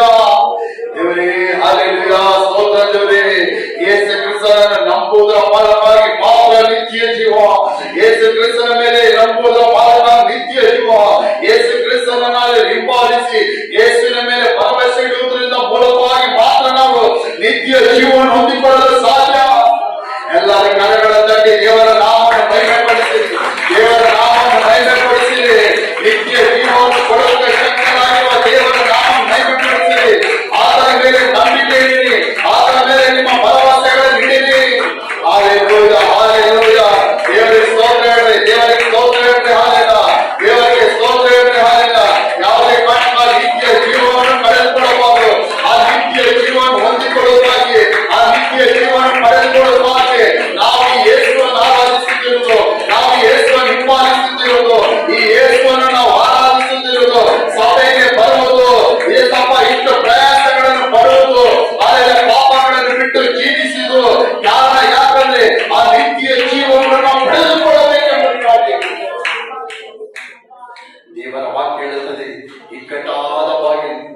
ದೇವರ ರಾಜ್ಯಕ್ಕೆ ಪ್ರವೇಶಿಸುವಂತ ಬಾಗಿಲು ಇಕ್ಕಟ್ಟಾದ ಬಾಗಿಲು.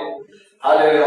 ನಾವು ಹೆಂಗ ಬೇಕಾದ್ರೂ ಜೀವಿಸಿ, ಹೆಂಗ ಬೇಕಾದ್ರೂ ನಡೆದು, ಹಾಲೆಲೂಯ, ಒಂದು ದಿನದಲ್ಲ ಆ ರಾಜ್ಯಕ್ಕೆ ಪ್ರವೇಶಿಸಬಹುದೆಂಬುದಾಗಿ ನಾವು ಯೋಚಿಸಬಾರದು, ನಾವು ಚಿಂತಿಸಬಾರದು. ಅಂತ ಚಿಂತೆಗಳಿದ್ರೆ ತೆಗೆದಾಕಿ. ಹೆಂಗ ಬೇಕಾದ್ರೂ ಜೀವಿಸಿ, ಹೆಂಗ ಬೇಕಾದ್ರೂ ಬದುಕಿ, ಹಾಲೆಲೂಯ, ಹೆಂಗ ಬೇಕಾದ್ರೂ ಬದುಕಿ, ಲೋಕವನ್ನು, ಲೋಕದ ಕಾರ್ಯಗಳನ್ನು ಮೆಚ್ಚಿಸಿ, ಲೋಕವನ್ನು ಲೋಕದ ಕಾರ್ಯಗಳ ಪ್ರಕಾರ ಜೀವಿಸಿ ಆ ಇಕ್ಕಟ್ಟಾದ ಬಾಗಿಲನ್ನ ಪ್ರವೇಶಿಸಬಹುದು ಎಂಬುದಾಗಿ ತಿಳ್ಕೊಳ್ಬೇಡ್ರಿ. ಹಾಲೆಲೂಯ. ಅಂತ ಕಾಲೆಲ್ಲ ಅಂತ ಯೋಚನೆಗಳಿದ್ರೆ ತೆಗೆದಾಕ್ರಿ. ಹಾಲೆಲೂಯ. ದೇವರ ಇಕ್ಕಟ್ಟಾದ ಬಾಗಿಲನ್ನ ನಾವು ಪ್ರವೇಶಿಸಬೇಕಂದ್ರೆ ದೇವರ ಚಿತ್ತದ ಪ್ರಕಾರ ನಾವು ಜೀವಿಸಬೇಕು. ಕ್ರಿಸ್ತ ಯೇಸುವಿನಿಗೆ ದಾಸವಾಗಿ ಜೀವಿಸಬೇಕು. ಕ್ರಿಸ್ತ ಯೇಸುವಿನ ಮಕ್ಕಳಾಗಿ ಜೀವಿಸಬೇಕು. ಯೇಸು ಜೀವಿಸಿದ ಹಾಗೆ ಜೀವಿಸಬೇಕು. ಪರಿಶುದ್ಧತೆ ಕಾಪಾಡಿಕೊಳ್ಳುವುದು, ಪರಿಶುದ್ಧವಾಗಿ ನಾವು ಜೀವಿಸಬೇಕು. ಪರಿಶುದ್ಧವಾಗಿ ಜೀವಿಸುತ್ತೆ ಪ್ರಯತ್ನಿಸಬೇಕು. ದೈವ ಭಯಭಕ್ತಿಯ ಜೀವಿಸುತ್ತೆ ಪ್ರಯತ್ನ ಪಡಿಸಬೇಕು. ಬಿಡಬೇಕಾದ ಎಲ್ಲ ಕಾರ್ಯಗಳನ್ನು ಬಿಡಲೇಬೇಕು. ದೇವರಿಗೆ ಇಷ್ಟ ಇಲ್ಲದೆಲ್ಲ ಕಾರ್ಯಗಳನ್ನು ನಾವು ಬಿಡಲೇಬೇಕು. ದೇವರಿಗೆ ಅಶುದ್ಧವಾದ ಎಲ್ಲ ಕಾರ್ಯಗಳನ್ನು ನಾವು ಬಿಡಲೇಬೇಕು. ದೇವರಿಗಿಲ್ಲದ ಮಾತುಗಳನ್ನು, ನಡತೆಗಳನ್ನು ಬಿಡಲೇಬೇಕು. ನಮ್ಮ ದುಷ್ಟತನಗಳನ್ನು ನಾವು ಬಿಡಲೇಬೇಕು. ಹಾಲೆಲೂಯ. ಇವೆಲ್ಲ ಇರುವಾಗ ನಾವು ಯಾವುದೇ ಕಾರಣಕ್ಕೂ ದೇವರ ರಾಜ್ಯಕ್ಕೆ ಪ್ರವೇಶಿಸಲು ಸಾಧ್ಯವಿಲ್ಲ. Hallelujah, hallelujah. ದೇವರ ವಾಕ್ಯ ಹೇಳುತ್ತದೆ, ದೇವರಿಗೆ ಲೋಕದ ಮೇಲೆ ಎಷ್ಟೋ ಪ್ರೀತಿಯನ್ನಿಟ್ಟು ತನ್ನೊಬ್ಬನೇ ಮಗನನ್ನು ಕಳಿಸಿಕೊಟ್ಟನು. ಆತನ ನಂಬುವನು ಒಬ್ಬನಾದರೂ ನಾಶವಾಗಿ ಹೋಗುವ. ಹಾಲೆಲೂಯ. ಆತನನ್ನು ಯಾರ್ಯಾರು ನಂಬುತ್ತೀರೋ, ಆ ಯೇಸುವನ್ನು ಯಾರ್ಯಾರು ನಂಬುತ್ತೀರೋ, ಯೇಸುವನ್ನು ಯಾರ್ಯಾರು ಸ್ವಂತ ರಕ್ಷಕರಾಗಿ ಸ್ವೀಕರಿಸಿಕೊಂಡಿದ್ದೀರೋ, ದೇವರ ವಾಕ್ಯ ಹೇಳುತ್ತದೆ, ಒಬ್ಬನು ಕೂಡ ನಾಶವಾಗದೆ ನಿತ್ಯ ಜೀವವನ್ನು ಹೊಂದಿಕೊಳ್ಳುವನು, ನಿತ್ಯ ಜೀವವನ್ನು ಪಡೆದುಕೊಳ್ಳಬೇಕೆಂಬುದಕ್ಕಾಗಿ ದೇವರು ಯೇಸುವನ್ನು ಕೊಟ್ಟನು. ನಾನು ಇವತ್ತು ಹೇಳ್ತೀನಿ, ನಿಮ್ಮ ಪರಿಪೂರ್ಣ ನಂಬಿಕೆಯ ಕರ್ತನಾದ ಯೇಸು ಕ್ರಿಸ್ತನ ಮೇಲೆ ಇರಲಿ. ಹಾಲೆಲೂಯ. ಆತನ ಮೂಲಕವಾಗಿ ನಮಗೆ ನಿತ್ಯ ಜೀವ ಸಿಗುವುದು. ಹಾಲೆಲೂಯ. ದೇವರ ವಾಕ್ಯ ಹೇಳುತ್ತದೆ, ನಾನೇ ಬಾಗಿಲು, ನಾನೇ ಬಾಗಿಲು. ಪರಲೋಕಕ್ಕೆ ನಾವು ಹೋಗಬೇಕಂದ್ರೆ ಬೇರೆ ಯಾವುದೇ ಬಾಗಿಲಿಲ್ಲ, ಕರ್ತನಾದ ಯೇಸು ಕ್ರಿಸ್ತನೇ ಬಾಗಿಲು. Hallelujah, hallelujah. ಯಾರಿಗೆಲ್ಲ ಅರ್ಥ ಇಲ್ಲ? ಹಾಲೆಲೂಯ. ಪರಲೋಕಕ್ಕೆ ನಾವು ಹೋಗಬೇಕಂದ್ರೆ, ದೇವರ ರಾಜ್ಯಕ್ಕೆ ಪ್ರವೇಶಿಸಬೇಕಂದ್ರೆ, ನಿತ್ಯ ಜೀವಕ್ಕೆ ಹೋಗಬೇಕಂದ್ರೆ ಬೇರೆ ಯಾವುದೇ ಬಾಗಿಲಿಲ್ಲ, ಬೇರೆ ಯಾವುದೇ ಮಾರ್ಗಗಳಿಲ್ಲ, ಬೇರೆ ಯಾವುದೇ ಅಡ್ಡ ದಾರಿಗಳಿಂದ ಹೋಗಕ್ಕೆ ಸಾಧ್ಯವಿಲ್ಲ. ಆ ಕರ್ತನಾದ ಯೇಸು ಕ್ರಿಸ್ತನ ಮೂಲಕವಾಗಿ ಮಾತ್ರ ನಾವು ಹೋಗಲು ಸಾಧ್ಯ. ಹಾಲೆಲೂಯ. ಎಲ್ಲರೂ ಪ್ರಾರ್ಥಿಸೋಣ. ಕೇಳಲ್ಪಟ್ಟ ವಾಕ್ಯಗಳಿಗಾಗಿ ದೇವರು ಸ್ತೋತ್ರ ಸಲ್ಲಿಸಿ ಪ್ರಾರ್ಥಿಸೋಣ. ದೇವರೇ, ಆಶ್ವಾಸಪಟ್ಟ ಒಳ್ಳೆಯ ಸಮಯಕ್ಕಾಗಿ ಸ್ತೋತ್ರ ಮಾಡ್ತಿದ್ದೀವಿ. ಇನ್ನೊಂದು ಸಾರಿ ಕೂಡ ಭಾನುವಾರ ಆರಾಧನೆಗಾಗಿ ನಿನ್ನ ಸನ್ನಿಧಿಯಲ್ಲಿ ನಿನ್ನ ಮಕ್ಕಳಾದ ನಾವು ಬರಲು ಕೊಟ್ಟ ಕೃಪೆಗಳಿಗಾಗಿ ಸ್ತೋತ್ರ ಮಾಡ್ತಿದ್ದೇವೆ. ಏಸಪ್ಪ, ಇನ್ನೊಂದು ಸಾರಿ ಕೂಡ ವಾಕ್ಯದ ಮೂಲಕ ನಮ್ಮ ಸಂಗಡ ಮಾತನಾಡಿದ್ದಕ್ಕಾಗಿ ಸ್ತೋತ್ರ ಮಾಡ್ತಿದ್ದೀವಿ. ಕೇಳಲ್ಪಟ್ಟ ವಾಕ್ಯಗಳು ಒಳ್ಳೆ ಭೂಮಿಯಲ್ಲಿ ಬಿತ್ತಲ್ಪಟ್ಟ ಬೀಜಗಳ ಮಾರ್ಪಡಲಿ. 30ರಷ್ಟು 60ರಷ್ಟು 100ರಷ್ಟು ಫಲವನ್ನು ಕೊಡಲಿ ದೇವರೇ. ಆ ವಾಕ್ಯದ ಪ್ರಕಾರ ಪ್ರತಿಯೊಂದು ಮಕ್ಕಳ ಜೀವಿಸುವಂತ ಕೃಪೆಗಳನ್ನು ಪ್ರತಿಯೊಂದು ಮಕ್ಕಳಿಗೆ ನೀ ಕೊಡಬೇಕೆಂಬುದಾಗಿ ಬೇಡಿಕೊಳ್ಳುತ್ತಾ ಇದ್ದೇವೆ. ಹಾಲೆಲೂಯ. ಯೇಸುವನ್ನು ನಂಬುವುದರ ಮೂಲಕ ನಿತ್ಯ ಜೀವ ಉಂಟು. ಹಾಲೆಲೂಯ. ಆತನನ್ನು ನಂಬದೇ ಇದ್ದರೆ ಹಾಲೆಲೂಯ ಜೀವವನ್ನು ಕಾಣುವುದಿಲ್ಲ. ದೇವರ ಕೋಪ ಅವನ ಮೇಲೆ ಇರುತ್ತದೆ, ದೇವರ ಕೋಪ ಇರುತ್ತದೆ. ಈ ವಾಕ್ಯಗಳನ್ನು ಕೇಳಿದ ಪ್ರತಿಯೊಬ್ಬರು ಯಾರ್ಯಾರು ರಕ್ಷಣೆ ಹೊಂದಿಕೊಂಡಿಲ್ಲೋ, ಯಾರ್ಯಾರು ಯೇಸು ಸ್ವಂತ ರಕ್ಷಕರಾಗಿ ದೀಕ್ಷೆ ಹೊಂದಿಕೊಂಡ ದೀಕ್ಷಾಸನ ಹೊಂದಿಕೊಳ್ಳದೇ ಯಾರಿದ್ದಾರೋ ಅವರೆಲ್ಲ ಈ ಕ್ಷಣದಲ್ಲಿ ಯೇಸುವನ್ನು ಸ್ವಂತ ರಕ್ಷಕರಾಗಿ ಸ್ವೀಕರಿಸಿಕೊಂಡು ರಕ್ಷಣೆ ಹೊಂದಿಕೊಳ್ಳಲಿ.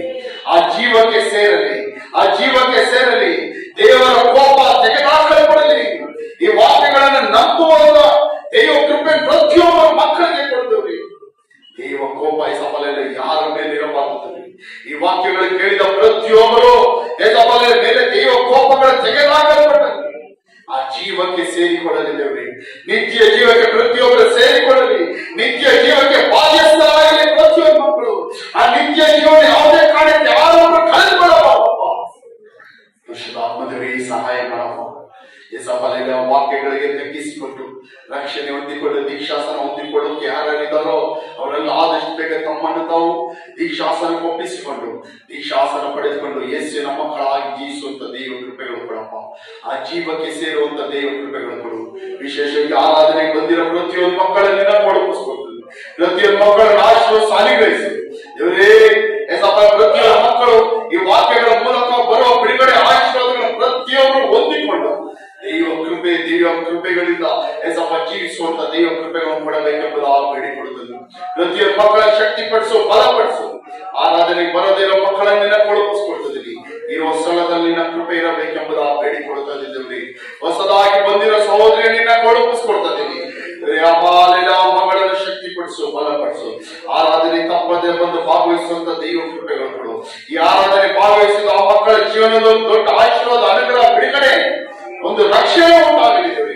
ರಕ್ಷಣೆಗಳು ಉಂಟಾಗಲಿದ್ದೇವ್ರಿ. ಸಫಲ ದೇವರೇ ಯೇಸುವೇ ಸ್ತೋತ್ರ ಮಾಡ್ತಿದ್ದೀನಿ.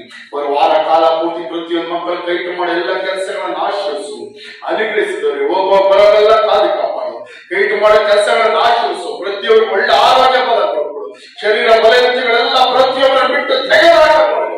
ಒಳ್ಳೆ ಆರೋಗ್ಯ ಬಲ ಉಂಟಾಗಲಿ ದೇವರೇ. ಪ್ರತಿಯೊಂದು ಮಕ್ಕಳನ್ನು ಶಕ್ತಿ ಪಡಿಸು. ವಾಹನ ಓಡಿಸುವ ವಾಹನಗಳ ಹೋಗುವ ಬರಗಲ ಕಾದು, ಕೆಲಸ ಮಾಡುವ ಸ್ಥಳಗಳು ಸುತ್ತವು, ವಾಸಿಸುವ ಮನೆಗಳು ಸುತ್ತವು, ಮಕ್ಕಳ ಶಾಲೆ ಕಾಲೇಜು ಹೋಗುವಗಳು ವಿಶೇಷ ರಕ್ಷಣೆ, ನಿನ್ನ ವಿಶೇಷ ದೂತರ ಕಾವಲುಗಳು ಇರಬೇಕೆಂಬುದಾಗಿ ಆಜ್ಞಾಪಿಸುತ್ತಾರೆ. ಪ್ರತಿಯೊಂದು ಮಕ್ಕಳ ರಕ್ತ ಬಟ್ಟೆ ಕಾದು ಕಾಪಾಡು. ಇವಾಗ ಆರಾಧನೆ ಮುಗಿಸುವ ಮನೆಗಳು ಹೋಗುವ ವಿಶೇಷ ರಕ್ಷಣೆ ಕೊಡು. ವಾಹನಗಳಲ್ಲಿ ಹೋಗುವ ಮಕ್ಕಳಿಗೆ ವಿಶೇಷ ರಕ್ಷಣೆ ಕೊಡು. ತಕ್ಕದಾದ ಸಮಯದ ಸಂತೋಷವಾಗಿ ತಮ್ಮ ಮನೆಗಳಿಗೆ, ತಮ್ಮ ಸ್ಥಳಗಳಿಗೆ ಹೋಗಿ ಸೇರೋಕೆ ಸಹಾಯ ಮಾಡಪ್ಪ. ಬರುವ ವಾರದ ನಡಿ ಎಲ್ಲ ಪ್ರಾರ್ಥನೆಗಳು, ಎಲ್ಲ ಆರಾಧನೆಗಳನ್ನು ಆಶ್ವಾಸ ಅನುಗ್ರಹಿಸಿದ್ರಿ. ನಿನ್ನ ಚಿತ್ತ ಪರಿಪೂರ್ಣ ನೆರವೇರಿ. ಪವಿತ್ರಾತ್ಮದೇವರೇ ಸಪ ಇದುವರೆಗೂ ಈ ಆರಾಧನೆ ನಡೆಸಿದ ನಿನ್ನ ಕೃಪೆಗಳಿಗಾಗಿ ಸ್ತೋತ್ರ, ನಿನ್ನ ಸಹಾಯಕ್ಕಾಗಿ ಸ್ತೋತ್ರ ದೇವರೇ. ನನ್ನನ್ನು ಕುಟುಂಬ ನಿನ್ನ ಕೊಳಪಿಸ್ಕೊಡ್ತೀನಿ, ಬಲಪಡಿಸಿ, ಶಕ್ತಿ ಪಡಿಸು. ನಿನ್ನ ಚಿತ್ತ ಪರಿಪೂರ್ಣ ನೆರವೇರಿ. ಪ್ರಾರ್ಥನೆ ಕೇಳಿದ್ದಾಗಿ ಸ್ತೋತ್ರ. ಎಲ್ಲ ಸ್ತುತಿ ಘನ ಮಹಿಮೆಲ್ಲ ನಿಮ್ಗೊಬ್ಬರಿಗೆ ಸಲ್ಲಿಸ್ತಾ ಇದೀನಿ. ಕರ್ತನಾದ ಯೇಸು ಕ್ರಿಸ್ತನ ಜೀವನ ನಾಮದಲ್ಲಿ ಬೇಡಿಕೊಳ್ತಿದ್ದೀನಿ. ಒಳ್ಳೆ ತಂದೆ, ನನ್ನ ಮನೆವೇ ಹೋದನ್ನು ಕೊಟ್ಟಾಡು, ನನ್ನ ಸರ್ವೋತ್ತರ ಪರಿಶುದ್ಧ ನಾಮವನ್ನು ಕೀರ್ತಿಸು. ನನ್ನ ಮನೆಯಲ್ಲಿ ಹೋದನ್ನು ಕೊಟ್ಟಾಡು, ಆತ ಮಾಡಿದ ಉಪಕಾರಗಳನ್ನು ಒಂದನು ನಮ್ಮ ತಂದೆಯಾದ ದೇವರ ಪ್ರೀತಿಯು, ಕರ್ತನಾದ ಯೇಸು ಕ್ರಿಸ್ತನ ಕೃಪೆಯು, ಪವಿತ್ರಾತ್ಮನ ಐಕ್ಯತೆಯು ನಮ್ಮೆಲ್ಲರ ಸಂಗಡ, ಸಭೆಯಲ್ಲಿರುವ ಎಲ್ಲ ಜನಗಳ ಸಂಗಡ, ದೇಶದಲ್ಲಿರುವ ರಾಷ್ಟ್ರದಲ್ಲಿರುವ ಎಲ್ಲ ದೈವ ಜನಗಳ ಸಂಗಡ ಯೇಸುವಿನ ಎರಡನೇ ಬರುವಿಕೆಗೂ ಶಾಶ್ವತವಾಗಿರಲಿ. Amen, amen. Hallelujah, hallelujah, hallelujah.